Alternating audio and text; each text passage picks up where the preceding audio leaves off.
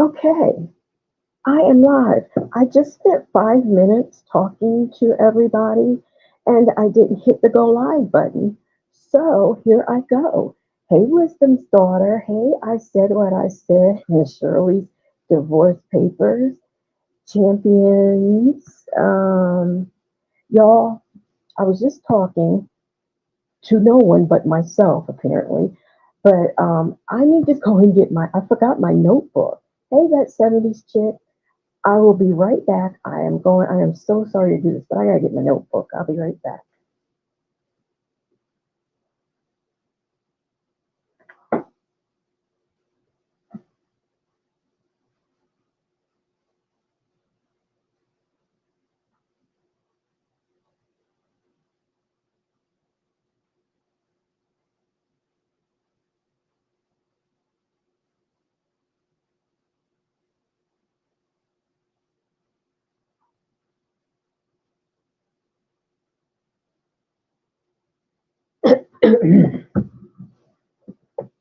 Okay, now I'm back with my notebook. And I want to make sure that the sound is okay. Is the sound okay? Everyone can hear me. I sound pretty decent. Let me know, thumbs up or a one or something. So let's see. Sonia's Edges and Infamous Black Dress. Hey, I think I got you. That 70s chick and champions. Lisa Glaze. Um, Justin's mom. Lazy Day. Cross Country Cruiser. Hey y'all. Black but not bitter. How you doing? I hope everybody's doing okay. I am going to go ahead and get started since it's late. It probably won't be a whole lot of people here, so I don't want to hold anybody up too late. I wanted to talk about, yesterday I already talked about Sylvia and, her shenanigans at the courthouse. So I don't need to talk about that. But first, before I start talking, I don't know if you were on my live yesterday, you heard me talking about how I was using, my sister gave me a MacBook that she had never used before, and I was trying to get familiar with it and all. And the battery was weak and wouldn't charge. There's something wrong with the battery. So I was just going to buy me a laptop, but I decided to buy a decent tablet. I already had an iPad, but I wanted something that was Android because I just, the Apple products is just too darn restrictive. So, but anyway, I'm here live again because I want to test out my new thing. And so far it seems to be doing good. So anyway, like I was saying, I already talked about, Sylvie and all that when I did my live yesterday. Today, I want to talk about Erika King and Dana J versus Sylvia. I think I'm going to change that title and just say infamous. I didn't mean to put her name, but so that's what we're going to be talking about. Hey, pit name Nasty Nesto. My sound is bad. I thought somebody said my sound was good. It's kind of low. Okay. What about now? Is it still kind of low? Somebody let me know. Is it still kind of low?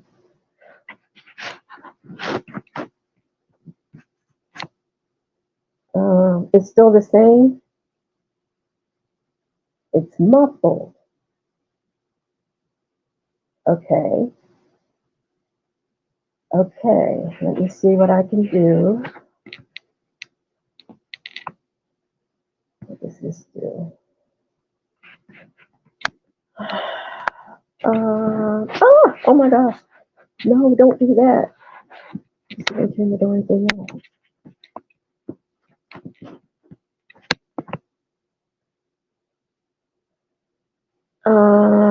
Let me try it without the mic. How about now? Is it muffled now? Because I disconnected the mic, so I want to see if it is muffled now.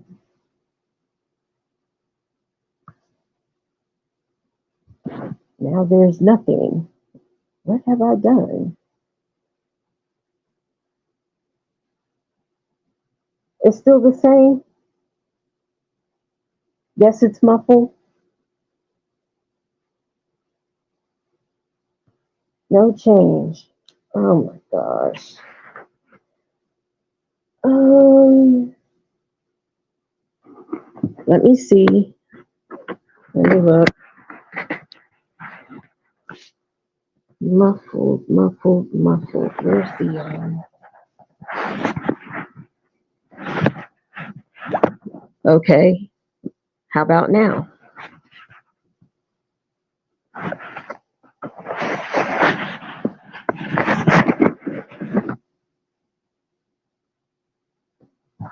Okay, that's better. I want to make sure. Is it muffled at all? Okay. Okay. Cool, y'all. This is Well, since I was muffled, you might not have heard me yesterday. I was trying to test out this MacBook my sister had gave me. She had never used it before, wasn't working, so I decided I didn't want to get a laptop yet. I was going to wait, but I did want to get a nice tablet. I already have an iPad. I don't like the fact that Apple is restrictive, so I wanted an Android. So I'm live tonight to not only test out my new equipment, but I wanted to talk about. I did Infamous Sylvia. I did that yesterday. I talked about her shenanigans. I want to talk about Dana J. I watched his court thing after court. I'm sorry, y'all. Excuse my voice. And I did call. Let me do this right quick because I did do this in the beginning, but I still want to do it again because you might not have heard me. Hello, Justin's mom, black but not bitter. I said what I said. Wisdom's daughter, lazy day. Did I say you Sonia's edges and infamous black dress? It cracks me up to say it. A pimp named Nasty Nesto. Um, let's see, that 70s chick. I said what I said. The tall diva. Hey, y'all. I think I got everybody, but I'll still try to catch people. Hey, Miss Saunders. Saunders RN23. Lisa Glaze. Okay, y'all. I I watched Dana J's live, and his live was the after appearance of the court proceedings, and I I found it strange. I'll say that, and I don't know if anybody here watched it, but I found it to be very strange.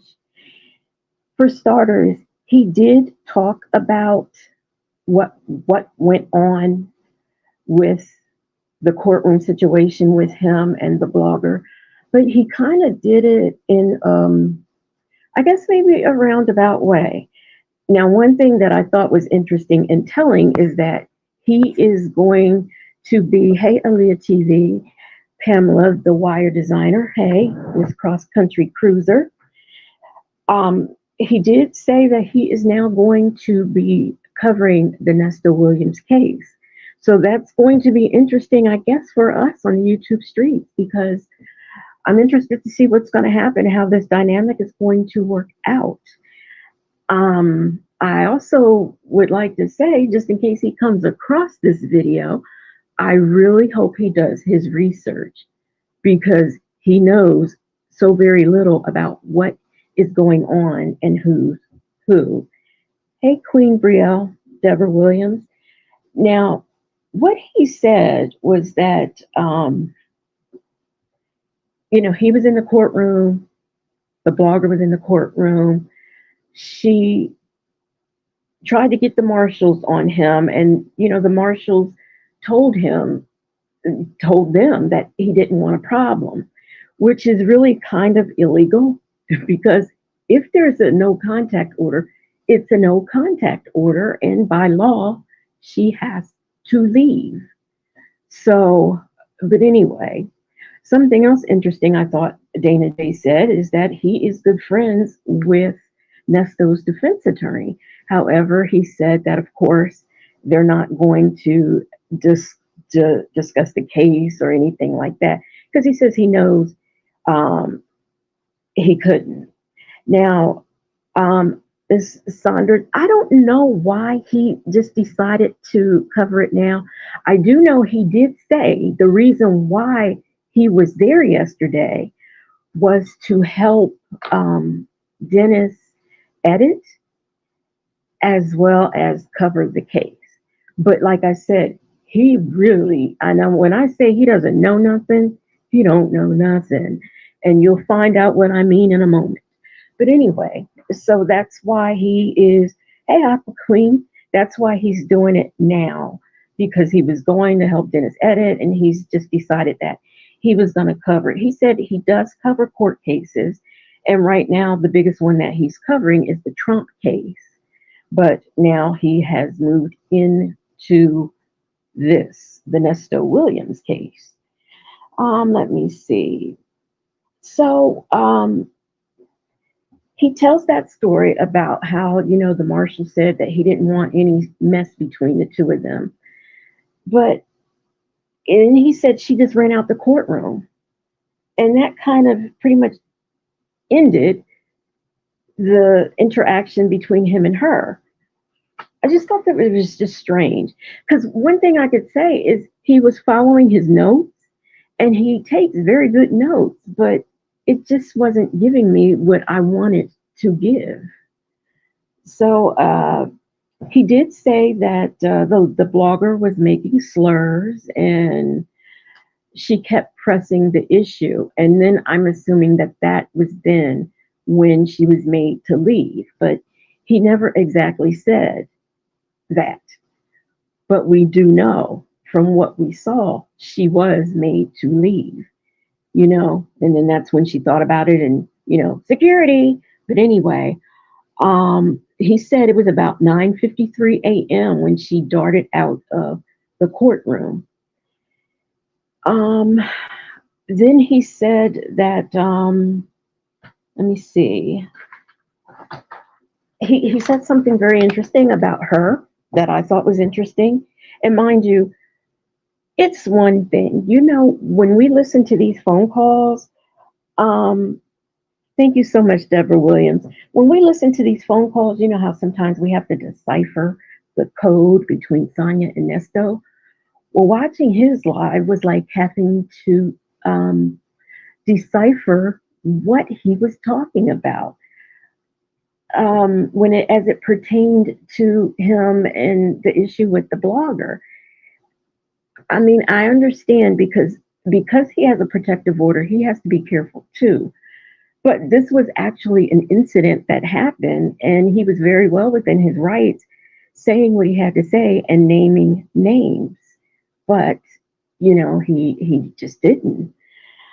Uh, but one thing he said that I thought was very interesting and intelligent was that you don't have to make drama and cause problem for other people when you're in your own lane. And basically, what he meant by that, or the way I took it, is that, yeah, he hasn't been covering the case, and she has been, but he doesn't see anything wrong with him doing it. And if she's secure, and if she's as big as she says that she is in her lane, which is covering court cases, and specifically this case, then it shouldn't have been an issue. And he also said that she's a big time blogger supposedly, according to her. It shouldn't be a problem that he's there, and he wasn't going to take issue with her being in the courtroom. I think she kind of made it more of a big deal. So that was one thing that he said all of that, all of the shenanigans was really unnecessary because he really wasn't going to worry about it. Now, he said that he found it weird this incident here where the investigator was worried about being seen on video. Now, I don't really, I can kind of see why the investigator wouldn't want to be seen, but then again, I can't because he is the investigator, so that was kind of weird. But he also felt that Aqua Queen. Let me tell y'all something. I was going to email Dana J and because I don't use other people's content unless I email them or unless I know that it's a content creator I'm familiar with and that they won't mind. And I was going to email him because I wanted to use his video. But then after I watched it and watch him eat lunch, watch him eat lunch and everything, I just felt like I could just take notes. I didn't want to share that. So, hey, Andrea. Hey, The Blue House by Club Blue. So, I didn't want to really, I didn't want, you just didn't need to see that. So, MNPD Finest, how are you? You watched Dana J? You were enlightened with it? Yeah, I mean, he did have the right to be there. I mean, anybody can decide. They can wake up one morning and decide that they want to cover this case, just like as a content creator, doing reaction and views to the videos and getting involved and doing the thing. We all have the right to do it. It's not exclusive to anyone. And some people, I think, tend to want to gatekeep this topic and not want anyone else to talk about it. And everyone is welcome because everybody has their own perspective and how they're covering and the things that they say. But going back to this investigator, he said that the investigator told Dennis that and all he said was the investigator. He wasn't clear what investigator, but you can pretty much get the gist. And he said that the investigator told Dennis, approached him and said, I've seen your channel. I've watched. I know what you talk about. And then he says he got suspicious because after that exchange, the investigator kind of went over to the infamous one and started talking and laughing. And I think that probably made him uncomfortable. And I could see why Aqua Queen. Stop it. This is Dana J on YouTube, but carrying on, y'all. Oh my gosh. Well, I'm glad you are here because there were some things that I do think I agree with you. You kind of do need to get into this case, Dana J, and do a little bit of research on it because the lady that you said looked like Cisco, that was actually Erika King, or King. I'm sorry. I'm used to saying Kang because we joke. That was Erika King, and that was Ernesto Williams' co-defendant. So I do think that if you're going to cover it, then you really should get into it. And I'm going to tell you something else, Dana J, that I got annoyed with when I was watching your video. I got annoyed with people asking you about your tie because, you already said that was your signature and that should be that. I don't like when people come into, if it's somebody that you don't like watching, don't watch them, but to come in and to heckle them and to, do all that, I don't think that that's right. And, since Dana J has made, since he has made himself known that he is in the chat, please be respectful. That's all I ask. But anyway, so let me see. Let me go on. So like I was saying, he found that was a little bit suspicious. And now something else that Dana J said that I think I kind of know what he was talking about. He was talking about somebody, and I'm assuming it was the blogger, putting people in uncomfortable positions. And, you know, that she did some shady and dirty things during the R. Kelly trial. And yes, she did. And, that she's kind of reaping what she sowed, and she needs to make right what she did with that. Now, Dana J, perhaps you can help me out, because something I'm very interested in is I heard about this money that was collected for R. Kelly's brother to go visit him, in jail. And I heard that this money disappeared. Is that true? I want to know if that's true. And who let me see who. Hey, Summer Breeze. Who's Angie? Hey, Alicia, keeping it real TV podcast. I missed you coming in. Let's see. Who was that? Is that Angie? Please don't harass Dana J. Hey, Hollywood next. Please be respectful. So that was pretty much it. With the exchange between the two of them and the things that I got from Dana J's live. And like I said, I didn't want it because I didn't talk to him first. And I do have a problem because Dennis does it too. I just don't like to see people eat their lunch and do videos. Like I don't like to see, the blogger sitting up eating and doing all the things that she does. But you can do whatever you want on your own platform. If that's what you want to do, fine. And I still watched the video because I wanted to hear what Dana J had to say. Aqua Queen, you're leaving us, you're going to bed. Oh, hey, Black Auntie No Kids, how are you doing? Nola Brown, how you doing? So that's was the gist of that. Now I want to talk about Wisdom's Daughters live. Now I came in on, and I don't know if she's still here, but I came in on the middle of it, I guess. So I've got to go back and watch the beginning. But what I want to say is that there were some things said in there that I know there were some things I didn't agree with, not necessarily her, but some other things that I saw. But one thing I will say that I know for a fact that there was no way that Sonia was peeking her head in, looking in at the proceedings or, before the proceedings begin, because we know that after, Sylvia had got kicked out and then she went back into the media room, she was talking to her on the phone.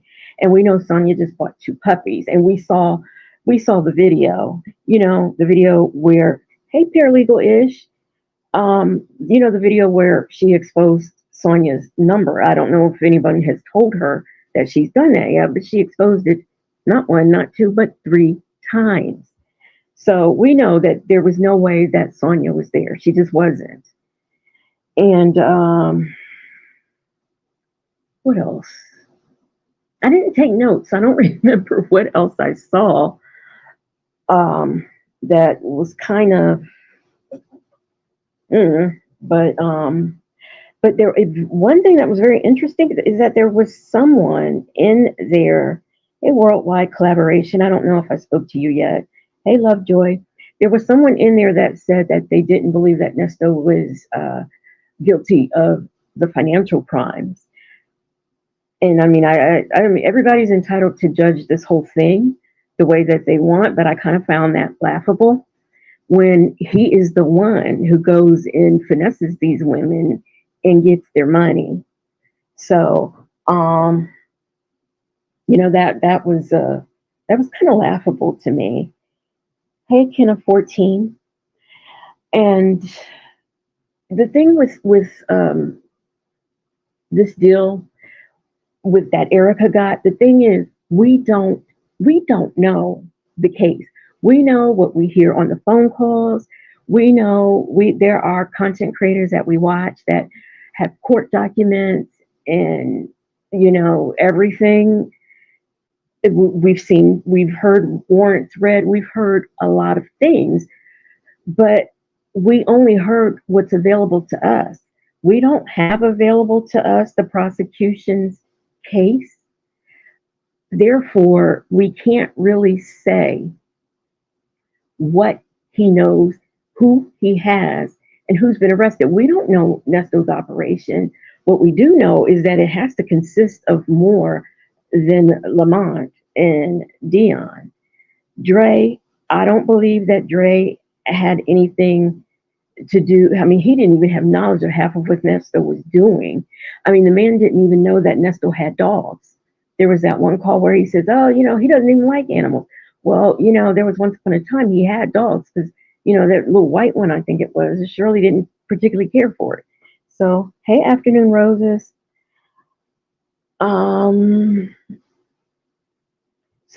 Anyway, lost my thought for a minute there. Oh yeah, we don't know what the prosecution's case is. We don't know how big this is. I mean, it's a 39 count RICO case.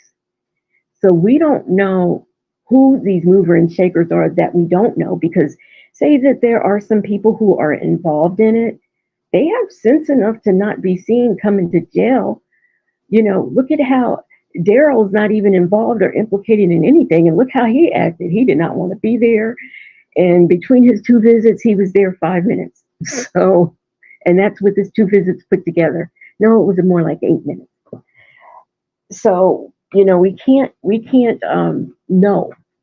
So the fact that Erika got a sweetheart deal, we don't know what she knows and what the prosecution knows or is doing. Now, let me say this about Miss Erika. And if I can figure this out, I might drop a link or something, or if somebody can tell me. Who said they just did? Okay, hey, okay, thank you, Dana J. I found Erika Kane's interview very disturbing. I don't know anybody else, but I found it very disturbing.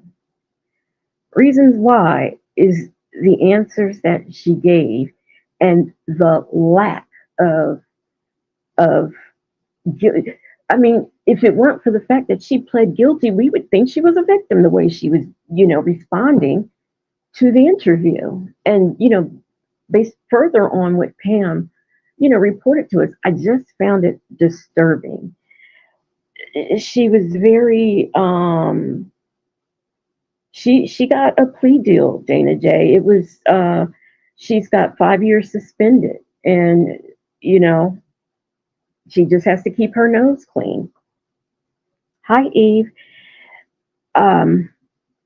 What I found disturbing is the part when she was asked about Charleston White, and she's, oh, he just wanted to go viral. That was a little bit more than wanting to go viral. I mean, this man had us.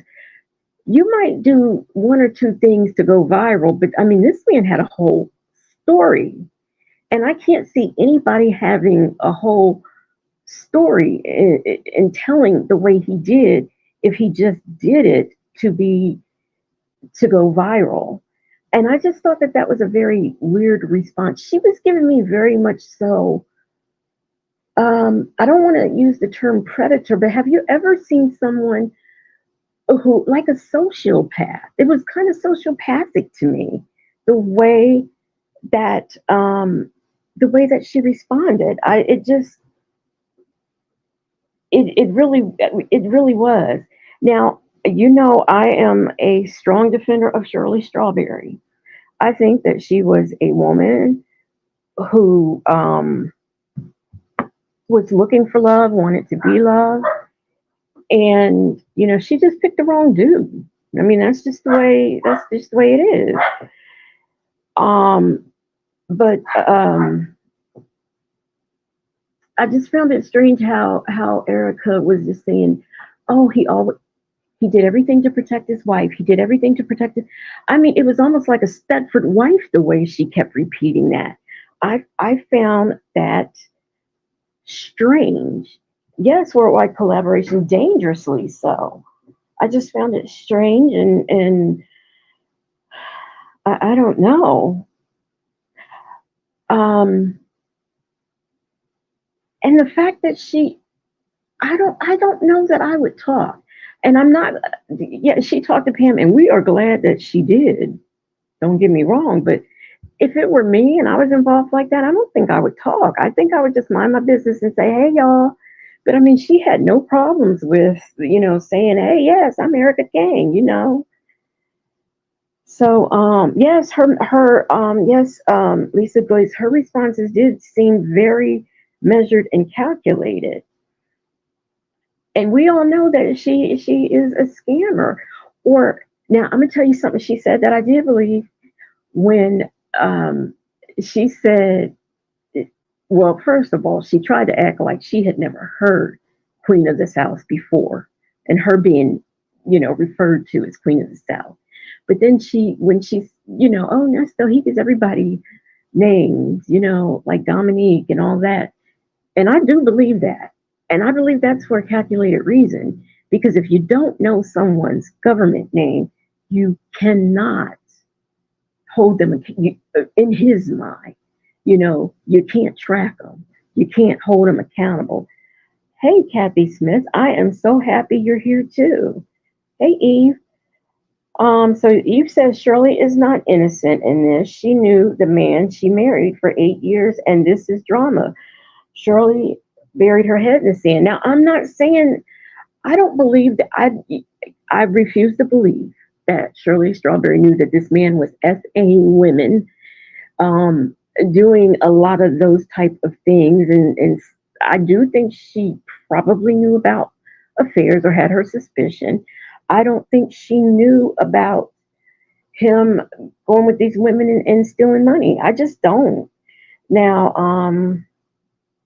I do think in the day and age we're living in that we should research any partner that we are with.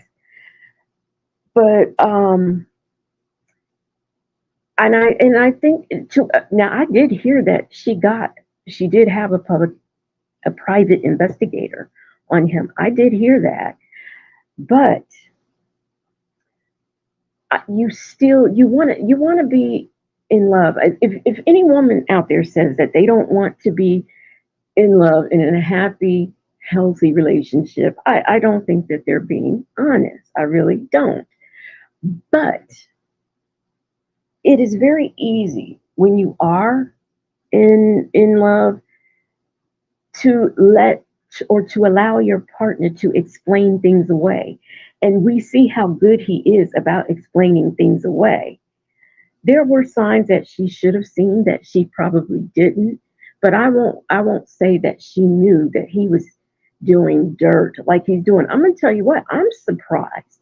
Like when those victims started coming out and then hearing the affidavits and stuff, I mean, I knew the man was a criminal, but my God, I just did not know until the evidence, until the facts.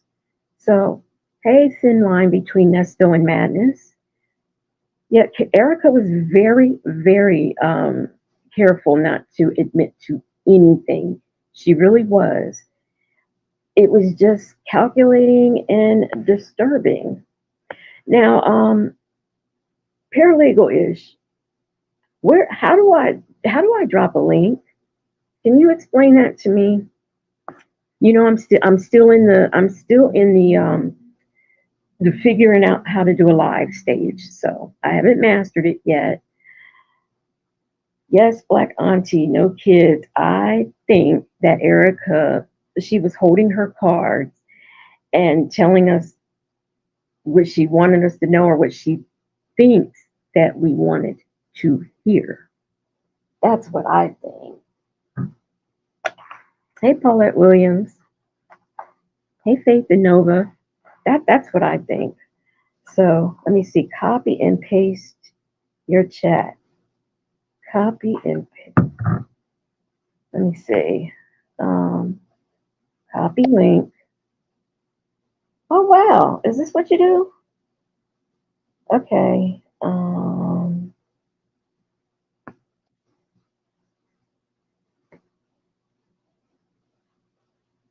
Is that the link? Did I? Oh my gosh, did I do it? I did it. Let me see. Let me look at my. Well, for heaven's sakes, I did it. I'm shocked. So if anybody has anything that they want to say, click to invite. Okay, click to invite. I saw that button yesterday, but I don't see it today. Let me see. Review. I'm sorry, y'all. Bear with me. Let me see. Where is?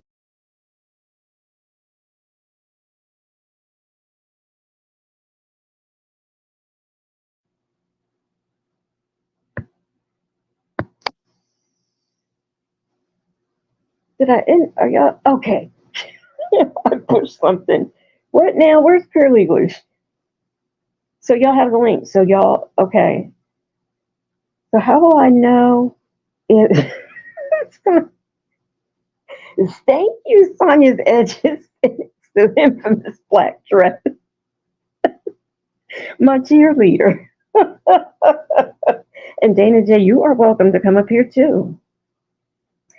Oh, you're going to, oh, thank you. Thank you. You know what, Dana J, I want to say, I don't know if you heard me. So before you go, please still be here. When you talked about that blogger lady, having a lane shouldn't be threatened by anyone coming in. I really like that. I really did like that. So, if you are going, good night, if you can still hear me. Now, what did paralegal is do tell me to do? I already did it. Well, come up here so I can see somebody come up here so I can do something. Oh, good night, MNPD's finest. Hey, Gigi. But yeah, Erica was just, I, oh, there's Lovejoy. Now, let me see. Do I hit the button? Let me see. Okay, add to stage. I didn't unmute you. Oh, okay, there you go. Hey, Legacy Moon. I'm sorry my background may be a little loud. I got to cut it down. But I Yes, hit the link so just so you can learn how to bring people up to the stage and get your practice on. thank you so much. I'm so happy. Yeah, I enjoy your commentary. I kind of listen to you sometimes, and I caught you live. You Thank just you. started going live, so I'm like, oh, I caught her, so I'll Thank call you. in so you know how to do it. I appreciate it. My first call in Lovejoy. I'm going to remember this. Oh. I'm keeping a record of everything that's my first. So when I have my year anniversary, I can just celebrate it all. So, oh, Well, I'm glad I could be of help. I'm gonna mute 1 second and turn some stuff down. okay, let me see. Um, can't unmute your guest because what? What happened? Okay, y'all can still hear me. I was trying to get okay, let me add you to the stage.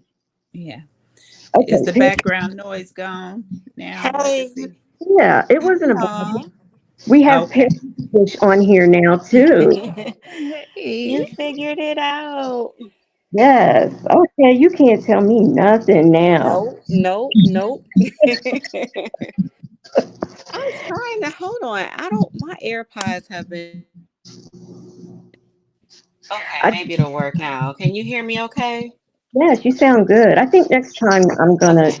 try my ear things. Eve, I know. Eve says love it. Why did my thing? Okay, Eve says love is only blind if you choose to close your eyes. Shirley made a choice. I get what you're saying, and I kind of agree with that, and then I kind of don't agree. But I do see what she's saying, though. I think with Shirley, I think that she was really excited to have somebody after all of that time. And I think that she just got, am I echoing? No, you're good. Okay. I think that she just got so used to and excited at the fact that somebody was doing everything for her that she overlooked what she shouldn't have overlooked. So, like Right. for instance, Nesto, like, and I mean, I guess things that husbands do for their wives, but I think he did enough to keep her occupied so that when he went out to do his dirt, she would just turn away from it, if that makes sense. Yeah, because there's no way that a man that I'm married to is going to be leaving at night at 12 midnight, going out unless he's going to his, Hmm. or not coming home. I mean, it's just not going to Right, happen. I'm not allowing that. No, no right. way. Yeah, I think it was just more of a convenience for her because if you remember on the calls, like she didn't even want to go get gas for herself or even figure out a way to get groceries. And I mean, we live in a time now where you can order groceries, you can get an Uber, like, it's so many other ways that you can get things done. But I think she just got used to him doing everything for her. You know what I mean? To the point where she's just like, well, I don't want to do that. I don't want to be bothered with that. How do you do this? How do you do that? And it's a lot of women like that. They just feel like if a man is going to take care of me and I don't have to worry about anything, it is what it is. I'll just be quiet and stay in my place. At the end of the day, he's taking care of me. So I think she's just one of those women. Yeah, yeah. I think. I mean, who wouldn't want their car gassed up and all of those things? But you still should know how to do it. Like even Right, example, if you're paying the mortgage or the rent or whatever we have, that's fine. But I'm not going to not look at an accounting of it. Do you know how right. many women have lost their homes because they allowed their husband to pay, and then due to drugs, um, or they say they get on drugs or they get addicted to gambling or whatever. You come to find out that your mortgage hasn't been paid in 6 months. So I'm not going to turn a blind eye to that. I'm really going to Yeah, pay attention to finances and stuff like that. If you want to be a stay-home wife, fine, that's cool. But you still need to know the business to know their business. Where is right. I said what I said? She was up here and I clicked her and she disappeared. I hope I didn't knock her out. Oh, here she is now. I'm gonna do it again. Add to stage. There we go. Hey, Kathy Smith and Afternoon Roses, and there was somebody else I wanted to speak to. I'll catch him. I'll catch Nola Brown. Hey, y'all. I Okay. said what I said. Hey, Paralegal. Paralegish. Am I saying the name correctly? It's okay. It's just like parallel. It's like a play on Blackish or whatever. Yeah. Right, right. So what do you think about Erica? I think Erica's full of crap and she's saving herself. What I think. Black Auntie And said, sorry, I cut you off. She said, Legacy, you're getting feedback on your mic when I speak. I do hear it. I thought it was me. I'm not sure. Well, let me tell you something. Y'all talk about amongst yourself for a minute. I think my dog is up and messing with my stuff. So I'm Okay. sorry. Talk. it's Keep okay. We'll hold it down. I just Ooh. think yeah, I think Erica is just she's playing the game. She don't Mm-hmm. want to go to jail and I don't blame her. And I would have, the first day they put me in there, I would have been trying to tell it on everybody because I wouldn't want to Right. be in that position either. And if Ernest was smart, if Nesto was smart, he should have did that himself. Right. My thing is, people are already going to feel and think what they want either way. So you taking a plea deal, it's not going to make or break me at the end of the day. You know what I'm saying? Like if I take I can't talk. If I take a plea deal, then that's on me. People are going to formulate their own opinion. So I don't know why he's so worried about reputation this, reputation that. The damage is done. Just take what they're going to give you and go home and possibly try to start your life over if you can. If you can figure out how to do that. But he's just so worried about what everybody else is going to think. They've already thought it and they're going to continue to think it. Well, also Sonia has convinced him. Uh, I call her Little Scooter. Little Scooter has convinced him to not take a plea deal, to ride it out because he's right and he's not guilty. And in essence, he knows he's guilty. So why is he listening to her? I mean, it's okay to let her entertain you, but don't let her throw your life away, sir. I Exactly. agree. Exactly. I agree. Jess, I'm gonna mute myself when I don't talk. I don't know if that'll help. I don't know whose mic it is. I'm sorry. Okay. Jess, hey, you gotta unmute. Hey, Victor the Veil. I don't know if you heard me. Jess.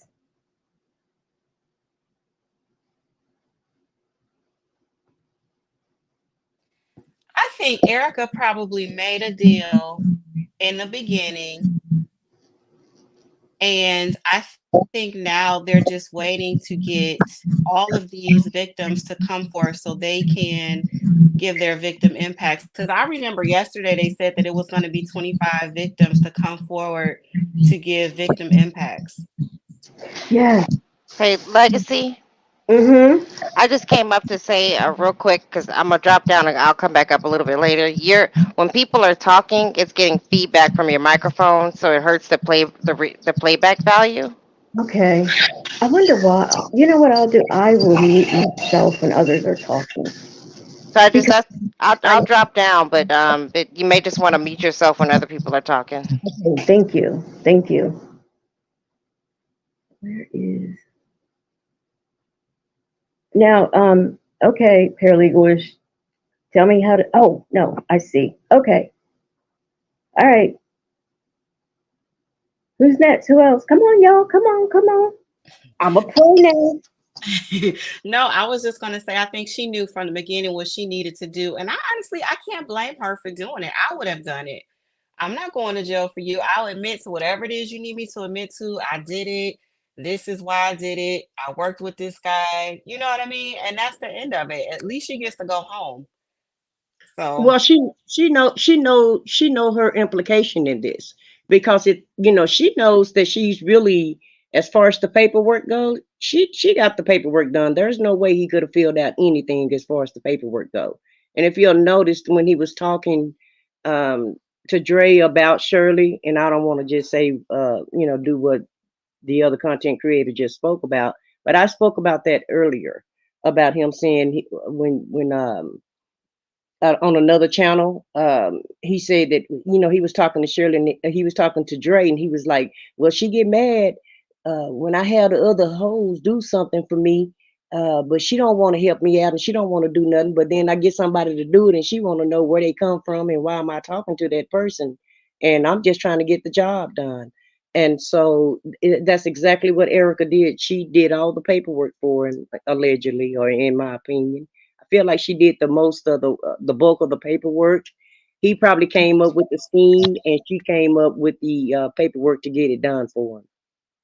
And so she knows she's implicated, and she know how much she's implicated. So she's trying to save herself, and rightfully so, because like I said a while ago, I would have told it too. I would have. The first one that go tell is the one who get the best deal. I agree with that. And let me tell you something. When if any of you saw her arraignment, her bond hearing, and you heard the way that Kevin Majeski spoke about her, first of all, I would take a deal too because Kevin Majeski was not holding back. But something I would have done yesterday if I was Erica, I would have gone ahead and entered my plea and take the deal because that would have sealed it. The fact that this is an email between, I guess, the prosecution and her attorney, I'm sorry, that just would make me a little bit nervous. I would have gone ahead and did what I had to do yesterday and not waited so I could do everything at once. Because I'm not, when he started saying, well, we got to hear from the 25 victims. And my thing is, okay, well, if there's a plea deal and I'm going to accept it, I mean, I know the victims should be able to give their impact statement, but I don't know. That kind of gave me backpedaling on the prosecution's part to me. What do y'all think about that? Well, I want to ask paralegals, can he back out of the deal since it's not sealed? He can't take the offer off of the table, but ultimately the judge will be responsible for either granting the plea deal or giving her time. So either way it goes, it's in the judge's hands. So what will help her is if she has character witnesses, and that's probably why she was saying all of this stuff about church and who she's in a relationship with, and then the fact that she said that she wasn't going to get in trouble anymore. You know what I'm saying? Different things like that. And she may have some people to speak on her behalf. However, we have these witnesses that are going to come forth and basically lay out everything that they suffer as a result of her crimes. So it just depends on the judge. He has to weigh that. He's going to look at her criminal history. He's going to look at what she's been doing since she's been out. Has she stayed out of trouble? Who is she associating herself with? And different things like that. So we just have to wait and see. Right, right. Yeah, I can't wait to see that. And one thing that really cracked me up was when, Will Wooten was like, well, yeah, I'm ready. We can go. But, I know that Estel's attorney is new and he does have to familiarize himself with the case. And it is, with a 39 count RICO, I'm sure it's a lot to get familiar with. But to me, it sounds like Will Wooten is like definitely, um, very firm in what he's got and what he's going to present and what the outcome is going to be. So I found that impressive. But now, what I don't know is what did we watch yesterday? What was that for? Was that for the entire RICO? Because I heard some people saying that this didn't include the essay and all that. So I'm confused. What did we watch? What arraignment did we watch? What was it for? So yesterday was just for the RICO. He hasn't been indicted on the SA charges or the CP charges yet. So he had his indictment waived and he waived the reading of the indictment. And probably just because he didn't want to be embarrassed or knowing that though he's one of those people where he just doesn't want to acknowledge any wrongdoing. So for him, if he doesn't see it, he doesn't hear it, it's not real. So I'm thinking that's why he and his attorney agreed on that ultimately. And so he just entered a not guilty plea. And then that's just that. They are going to, the state, since they may or may not be ready, the defense can demand discovery from them. And then he can take his time to go through it and just see what he needs to do, like hire expert witnesses, forensic experts, things of that nature, and then go on from there. DA Wooten is ready. He's probably ready today because they've already been building the case. So that's all it was. It was just real short and sweet. And so we're just waiting on an indictment now for the essay charges. Okay, cool. I like Kathy Smith said Wooten said that with his chest, even popped his collar. Yes, he did. Yes, he did. I mean, he just sounded very much so convinced that, he's got his case and he's going to present it and he will prevail. That is what it sounded like. Now, what I find interesting, what I want to, first of all, if y'all want to, the blogger read the transcripts from the other hearing, and I couldn't listen to the struggle reading, but paralegal ish did. So if you want to hear a breakdown of that, you can go on over to her channel and see that. So that's really that'd be really cool. for you guys to do. And that way, you can kind of hear things.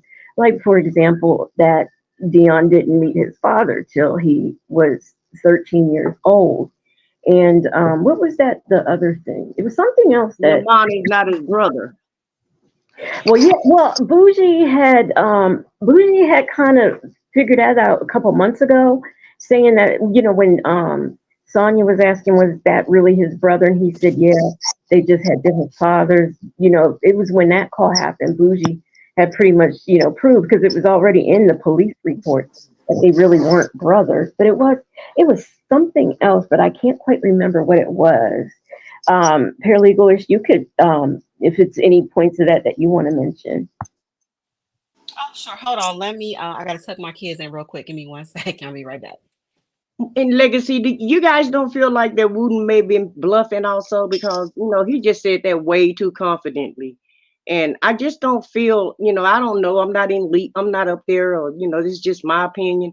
I just don't feel like that they kind of work this case to the extent where he's just ready to jump and go to court. I think a lot of times they just do that, to pop their collar and pop their chest, to act like that they're ready when they're really in actuality not ready. I disagree. I think Wooden has a lot that when you'll be finding out when we get discovery. And that was one of my questions. Hey, Legacy Moon, I wanted to ask you, what kind of items do you think that will be in discovery that Nesta's lawyer on lease on the financial side of the RICO, he's going to need all 6 months, 6 to 9 months to go through all those counts of the RICO to see literally if Nesta's going to be honest with him and really tell him you have to try to cop a plea or something, because basically Erica, when you cop your plea, Erica's guilty. So there's no if, ands, or what to what extent. Of course, that's going to be discussed in her plea deal, but she is copying off of being guilty of certain things. Now, what fascinated me with the interview with Erica and Pam's interview is that she's very calculated, but she actually walked herself into a situation. And it was on two things. And I'm going to give you examples that we already have in the case. She claimed that Nessa was the boss, that she was just acting as an employee.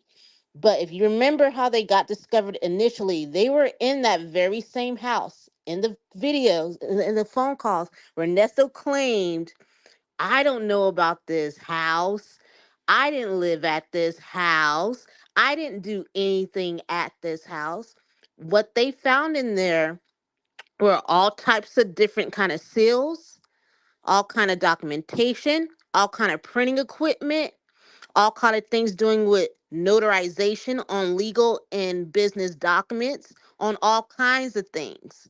And so she said in Pam's interview that according to her, so that's what I'm saying, she's very calculated and she kind of caught herself up. She claimed that, oh, Nesta was definitely in this building, that this house right next to my house where I lived with my husband James, apparently, right? And she said, "Oh, he only came, once a blue moon, And she made sure to mention when he was doing that RV business, and we already know what was going on with that RV business. And she would claim, "Oh, I would see him every now and then." Erica's lying, and she's full of crap. So I really need to know what the heck Wooden discussed when he interviewed her, because she just caught herself in a lie. Because in that one house right beside her house, where they're claiming, she's claiming, oh, and Nesta's claiming, oh, we're casual acquaintances of 20 years. What Boston employee lives side by side to each other and are doing such close illicit activities that they are not on a personal accord, if you get what I'm saying. So even if it's in a professional capability and they're both scamming, or they're mixing it up, they're doing a little bit of personal stuff, a little bit of professional scamming, they're both gonna have to fix that lie. So Nessa got caught in that lie in the phone calls, and Erica just admitted that lie with Pam's interview. So something ain't right in the buttermilk. And the What's other thing she talked about was her husband, the comedian, which she was so clever not to mention his name.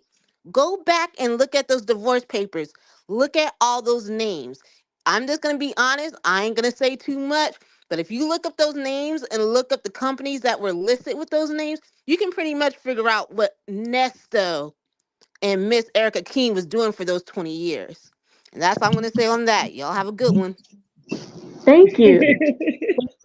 Well, we all know that Black radio, Black Heritage Radio, the one that Nesto seems to not understand or know what it is, we know that was one of him and Erica's things. And I thought that, the way she was just being very much so, oh, I was his employee. I worked for him. He was my boss. Oh, come on. I mean, come on, really? And Vic to the Veil wants to see Pesa. But anyway, to me it was just very much so. She is trying to. I think that they were both involved in the con. Don't get me wrong, but she is really trying to disassociate herself as much as she can with all of it. I just think it's really telling for me, and I don't believe she can't say that that was the boss, but she was playing attorney, Captain Sava attorney. She was standing right there. She wrote documents to landlords. She done, if anybody, if you're not subscribed to Real Talk Bougie, she actually, and I think it might be on her Patreon or something, but we did a breakdown of all of those dispossessories and stuff she did. And you could, the letters, first of all, we knew whoever the person was communicating with, it was not Shirley. Even though it was allegedly Shirley, we know it wasn't because of the way that the talking was. I mean, it just was not, it was not Shirley talking. And Erica was very involved. Erica, Dominique playing the assistants.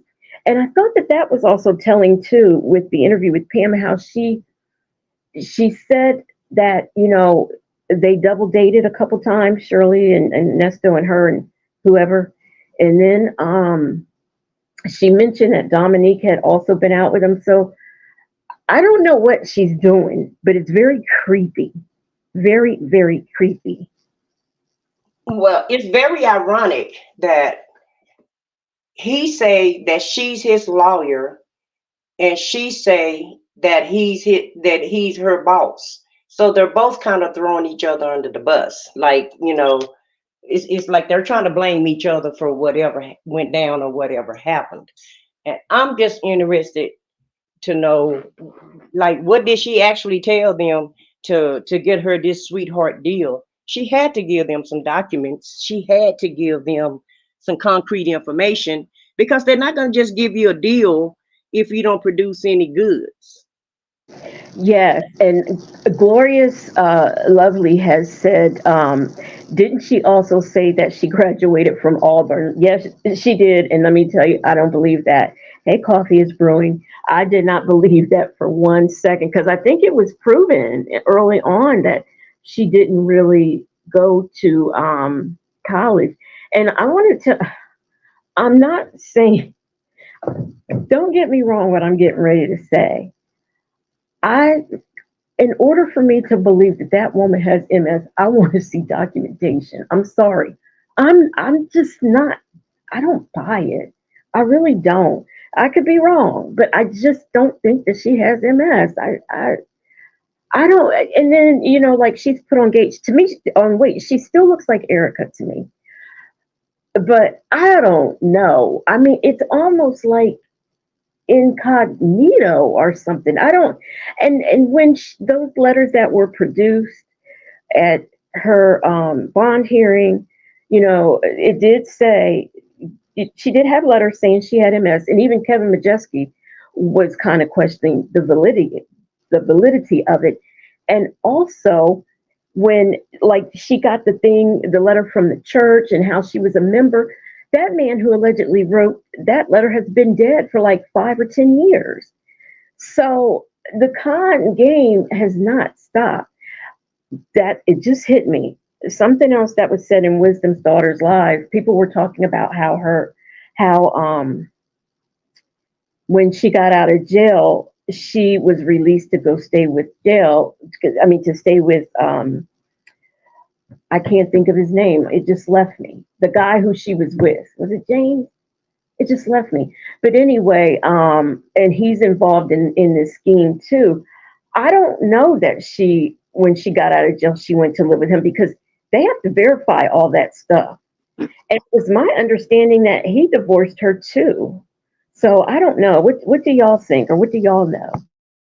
Well, excuse me.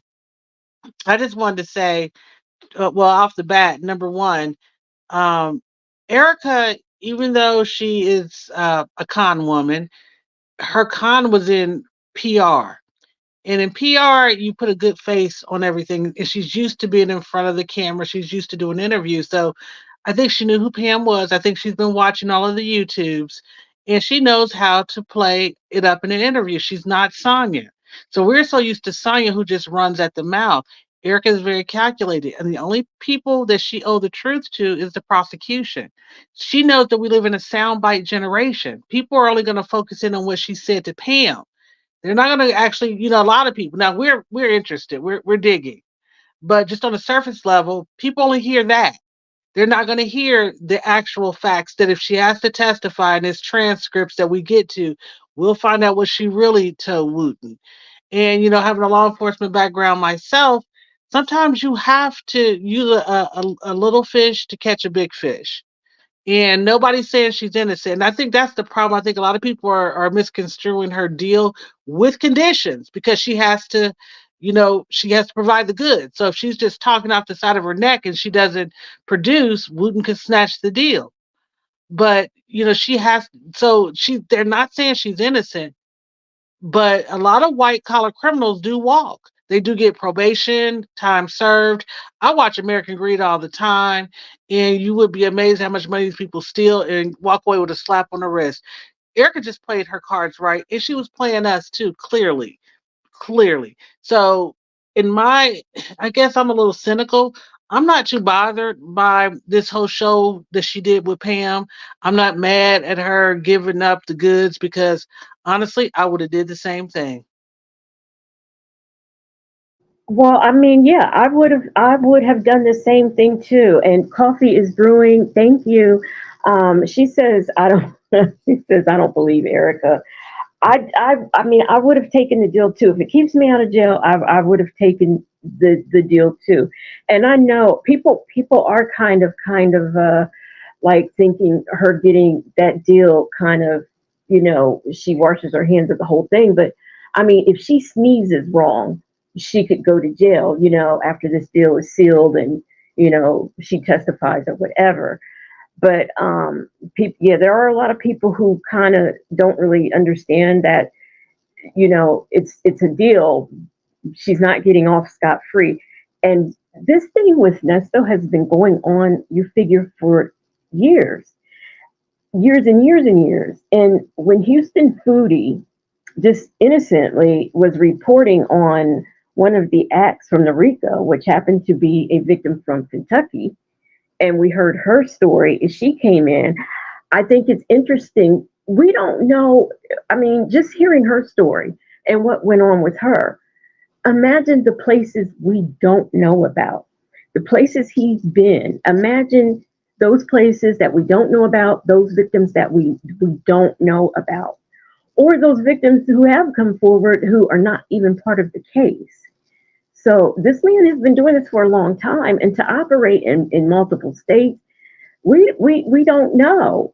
One of the things that the victim that's in Act 9 of the RICO, Act 8 of the RICO said was that there was this homeless woman who introduced her to Nesto because the homeless woman felt like she could help her, that he could help her.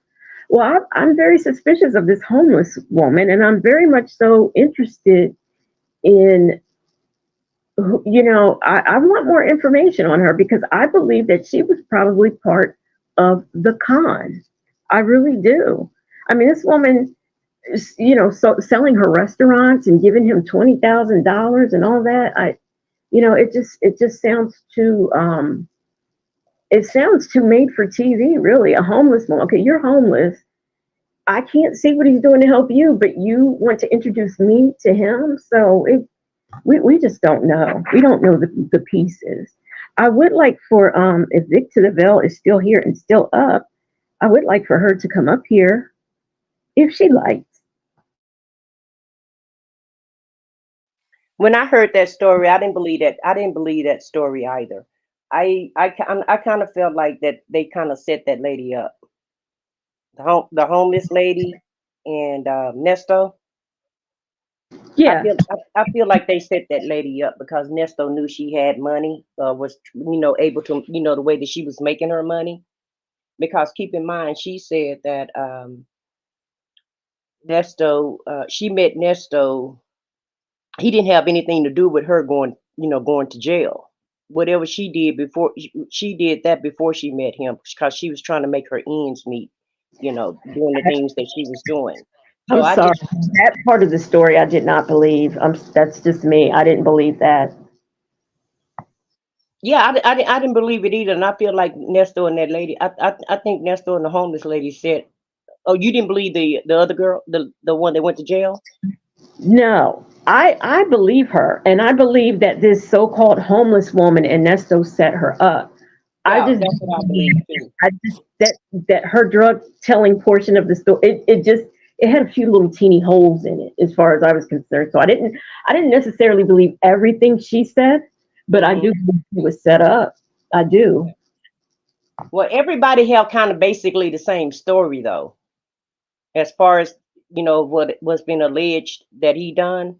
It's like you did everybody the same way. You one way or the other. You swindle them out of their money, or you swindle them out of their vehicles. Right, right. That's the MO.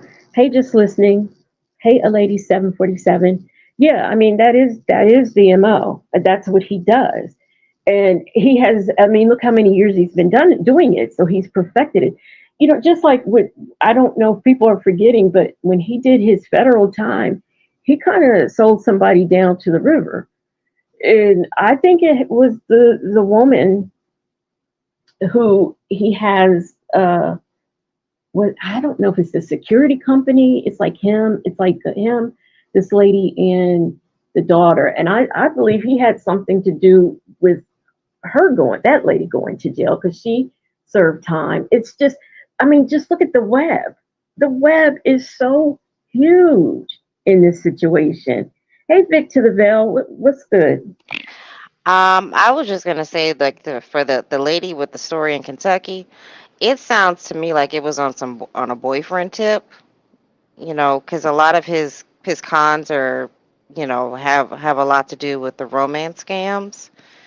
And it didn't.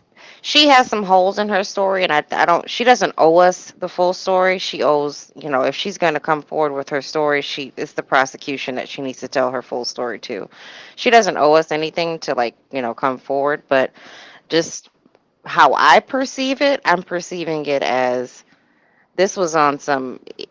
He came at her on a romance tip, and convinced her to sell her two businesses and give money and relocate to Atlanta, and I'm gonna send you this vehicle. It just, that's a whole lot to do for somebody who is not your man, you're not married to. So there's a little bit more to it than just this random homeless lady who does your eye. She does your eyebrows, but she's homeless. So you let her come and stay down. So how was she doing? It just, there's some, there, when she was relaying the story, I'm like, wait a minute, she does your eyebrows. Does she have no other clients? Like, what's the deal with this lady?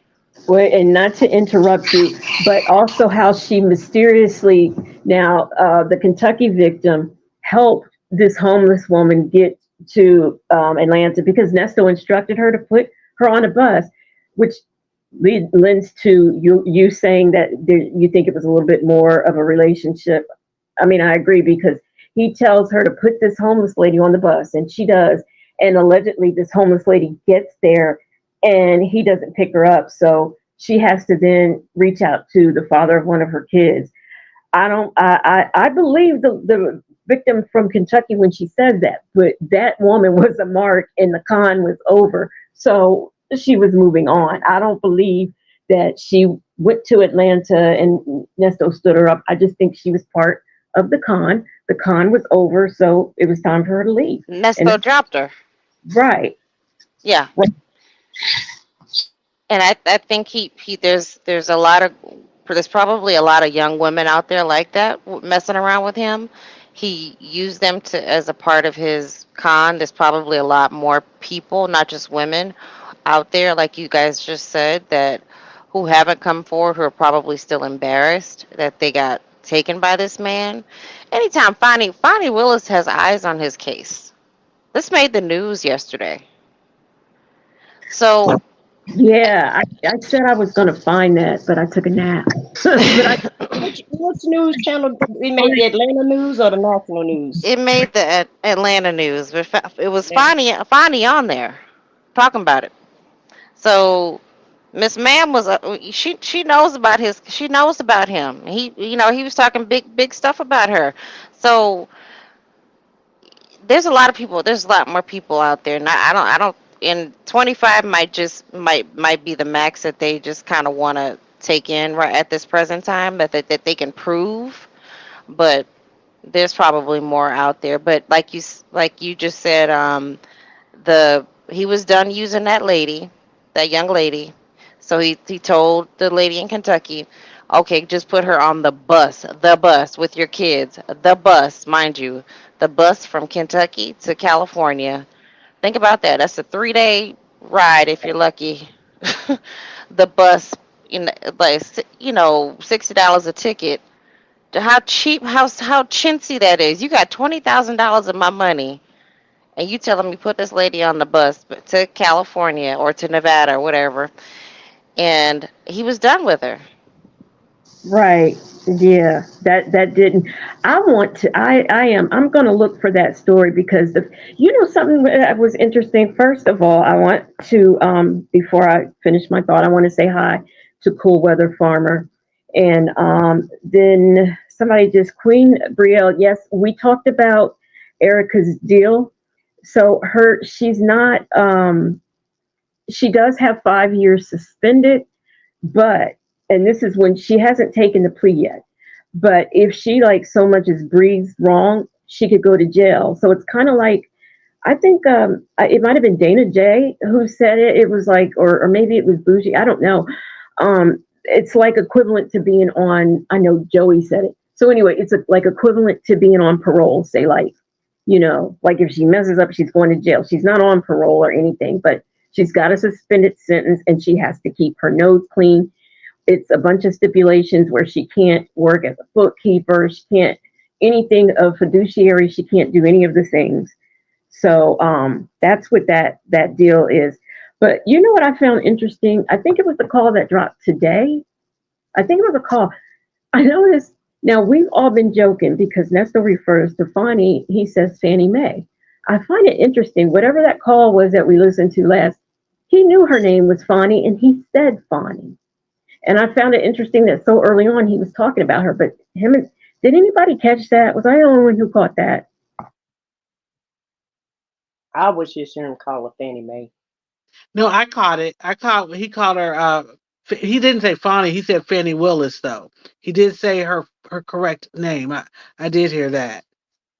But don't y'all think it's ironic? I mean, who travels on a bus because they're homeless to go to 2 or 3 other states away just to find a place to stay? I mean, that's just weird to me. Uh, Exactly.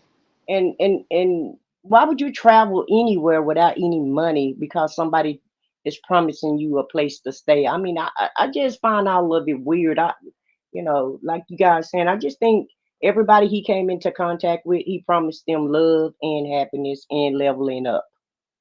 And Yeah, that's why I say it's like it was on the Tinder swindler tip. Like he's coming at them. He I don't think he has a way other than being like a seductor being an incubus, just going in, and he only know he's not articulate. He's not stupid by any means, but he's not book smart. He doesn't have that kind of intelligence. He's he's emotionally intelligent, and he knows how to ask the right questions, like those weird one-off questions that where he can absorb and soak in the information that he can just build off of and find your weak points. So he also finds women that are probably lonely. We know that, unfortunately, for successful black women, we don't always get the pick of the litter because they think that we're bossy, and we have a stigma about us. If you're successful, you have money, you're self-sufficient, you have a stigma. But he knows how to target those kind of women. He knows how to build, like, what to say to them. So he goes at them on the rope, like first business and then romance. And that's the only way that he really knows how to do it, because he doesn't have any other way. He doesn't know how to be a friend to these women and like actually be helpful. He's he has to insert some sort of romance in there, and he thought that that was his PowerPoint of either being emotionally intimate with them or sexually intimate with them. And Also, I'm sorry, Vicky. I always no, cut you off. it's okay, girl. Go ahead. No, I was just gonna say, just I'm listening to you ladies, kind of break this all down, and I know it, but something just occurred to me. Maybe it was divine intervention, but could you imagine if none of these crimes or alleged crimes didn't come to light, and him and Sonya were able to hook up? Now, we all know she's broke, but she is willing to do anything for him. Now, I don't know if that's just because he's in jail. I don't know if it would have been a different story if he was out free running around. But them two together, with her mindset, let's just say hypothetically she would just do anything he says, it could have gotten a lot worse. But she think that he's going to put her on the pedestal that he put Shirley on. Because you heard Erica. Everything is for Shirley. Everything, and I said, I told you guys that too. Everything he got, he looked like he swindled everybody to give Shirley the benefits of it. That's It crazy. appears that Shirley benefited from all the scheming and scamming that allegedly that he done, that he did it all for Shirley. And I feel like Sonya think that he was gonna do all of that for her too, and that's why she's sticking by him the way that she's sticking by him. But she's also willing to be a partner in crime, which, that's something Shirley on the surface doesn't appear to want to do. So that's why I was saying she would be even worse, because Erica, at least, I think Erica made calculated moves. I think, she's definitely not a babe in the woods. She knew exactly what she was doing. Where Sonya was just doing without questioning and, throw everybody under the bus for her man. I think that's where he would have saw her usefulness now. Now, he probably would have set himself up, or he would have probably stayed with Shirley. But could you imagine the things that he would have dabbled in with Sonya, there to play second or third or fourth fiddle to do, his dirty work for him? It could have gotten a Yeah. lot worse, because I believe that his next step was going to be truly, and I think it's been alleged, but it wasn't in the RICO, but trafficking. I think she would have helped him wholeheartedly with that. I think so also. I feel like she would have did that and whatever else he told her to do, as long as they could get that bag. I feel like she would have did anything under the sun for him. I agree. You know what? Now let me tell you something. I said what I said. I did get your message too. Thank you.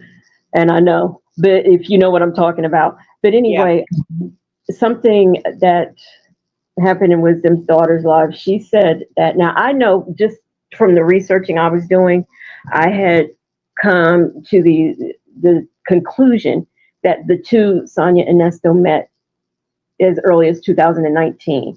Now, in Wisdom's Daughter's Live tonight, she was saying 2018, and she said they initially met when Sonia went to the barber shop to get a job.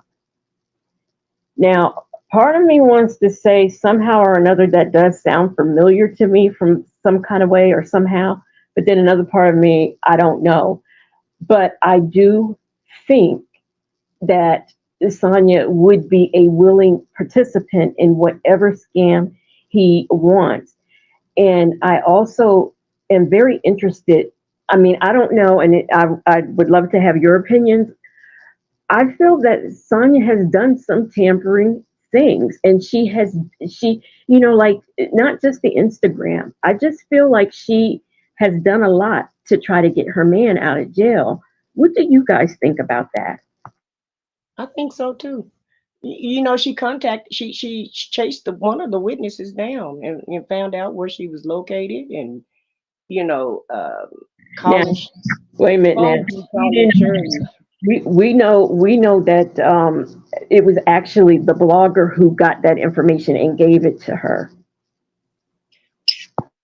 Well, I was kind of questioning that too, because remember it was on the paperwork about that. So did she give her that information before or after the documents came out? Because remember it was on the documents of the what do you call it, bank, the affidavit, I Yeah. guess.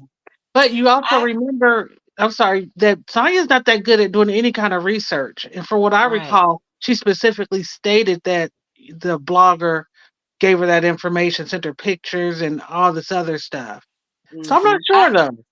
I Go think what ahead. happened is that she initiated the search. One of the phone calls, like in the last week, remember when they were going through the Instagram and they were trying to figure out different places, like different locations, and trying to coordinate the pictures with the locations and get victims and all of that.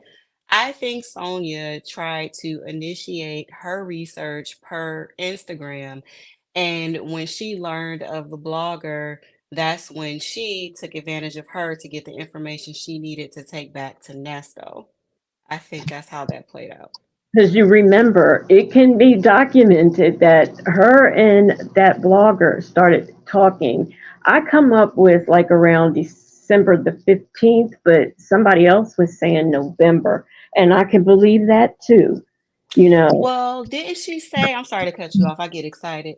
Didn't she say that I could have swore that the blogger, when she did a live, when she called herself confronting Sonia, she came back the next day, and I could have swore when she was trying to prove us wrong that she pulled up her DMs and went through the DMs to show when she made initial contact with Sonia. And I thought that was like December. I could be wrong. She had been contacting shortly, wasn't it shortly after the Tasha K interview that they actually connected? Wasn't it? That would have been in what? No, was that November? It Right, was like, I right. don't, I'm gonna go back and watch. Hopefully the live is still up. It could be November. I could be wrong. I just remember her like, putting the DMs up and saying that she reached out to her and was like, I'm sorry, it's not me. I don't have anything against you, blah, blah, blah. And they started to, work together from that point. I just don't remember the exact date. I'm gonna look. Let me I I'm remember it getting was ready in to go look. December. I just know in December is when she started changing. I know that much. Right. It's Right. when Now when you Yeah. know what? when the channel started going a different direction.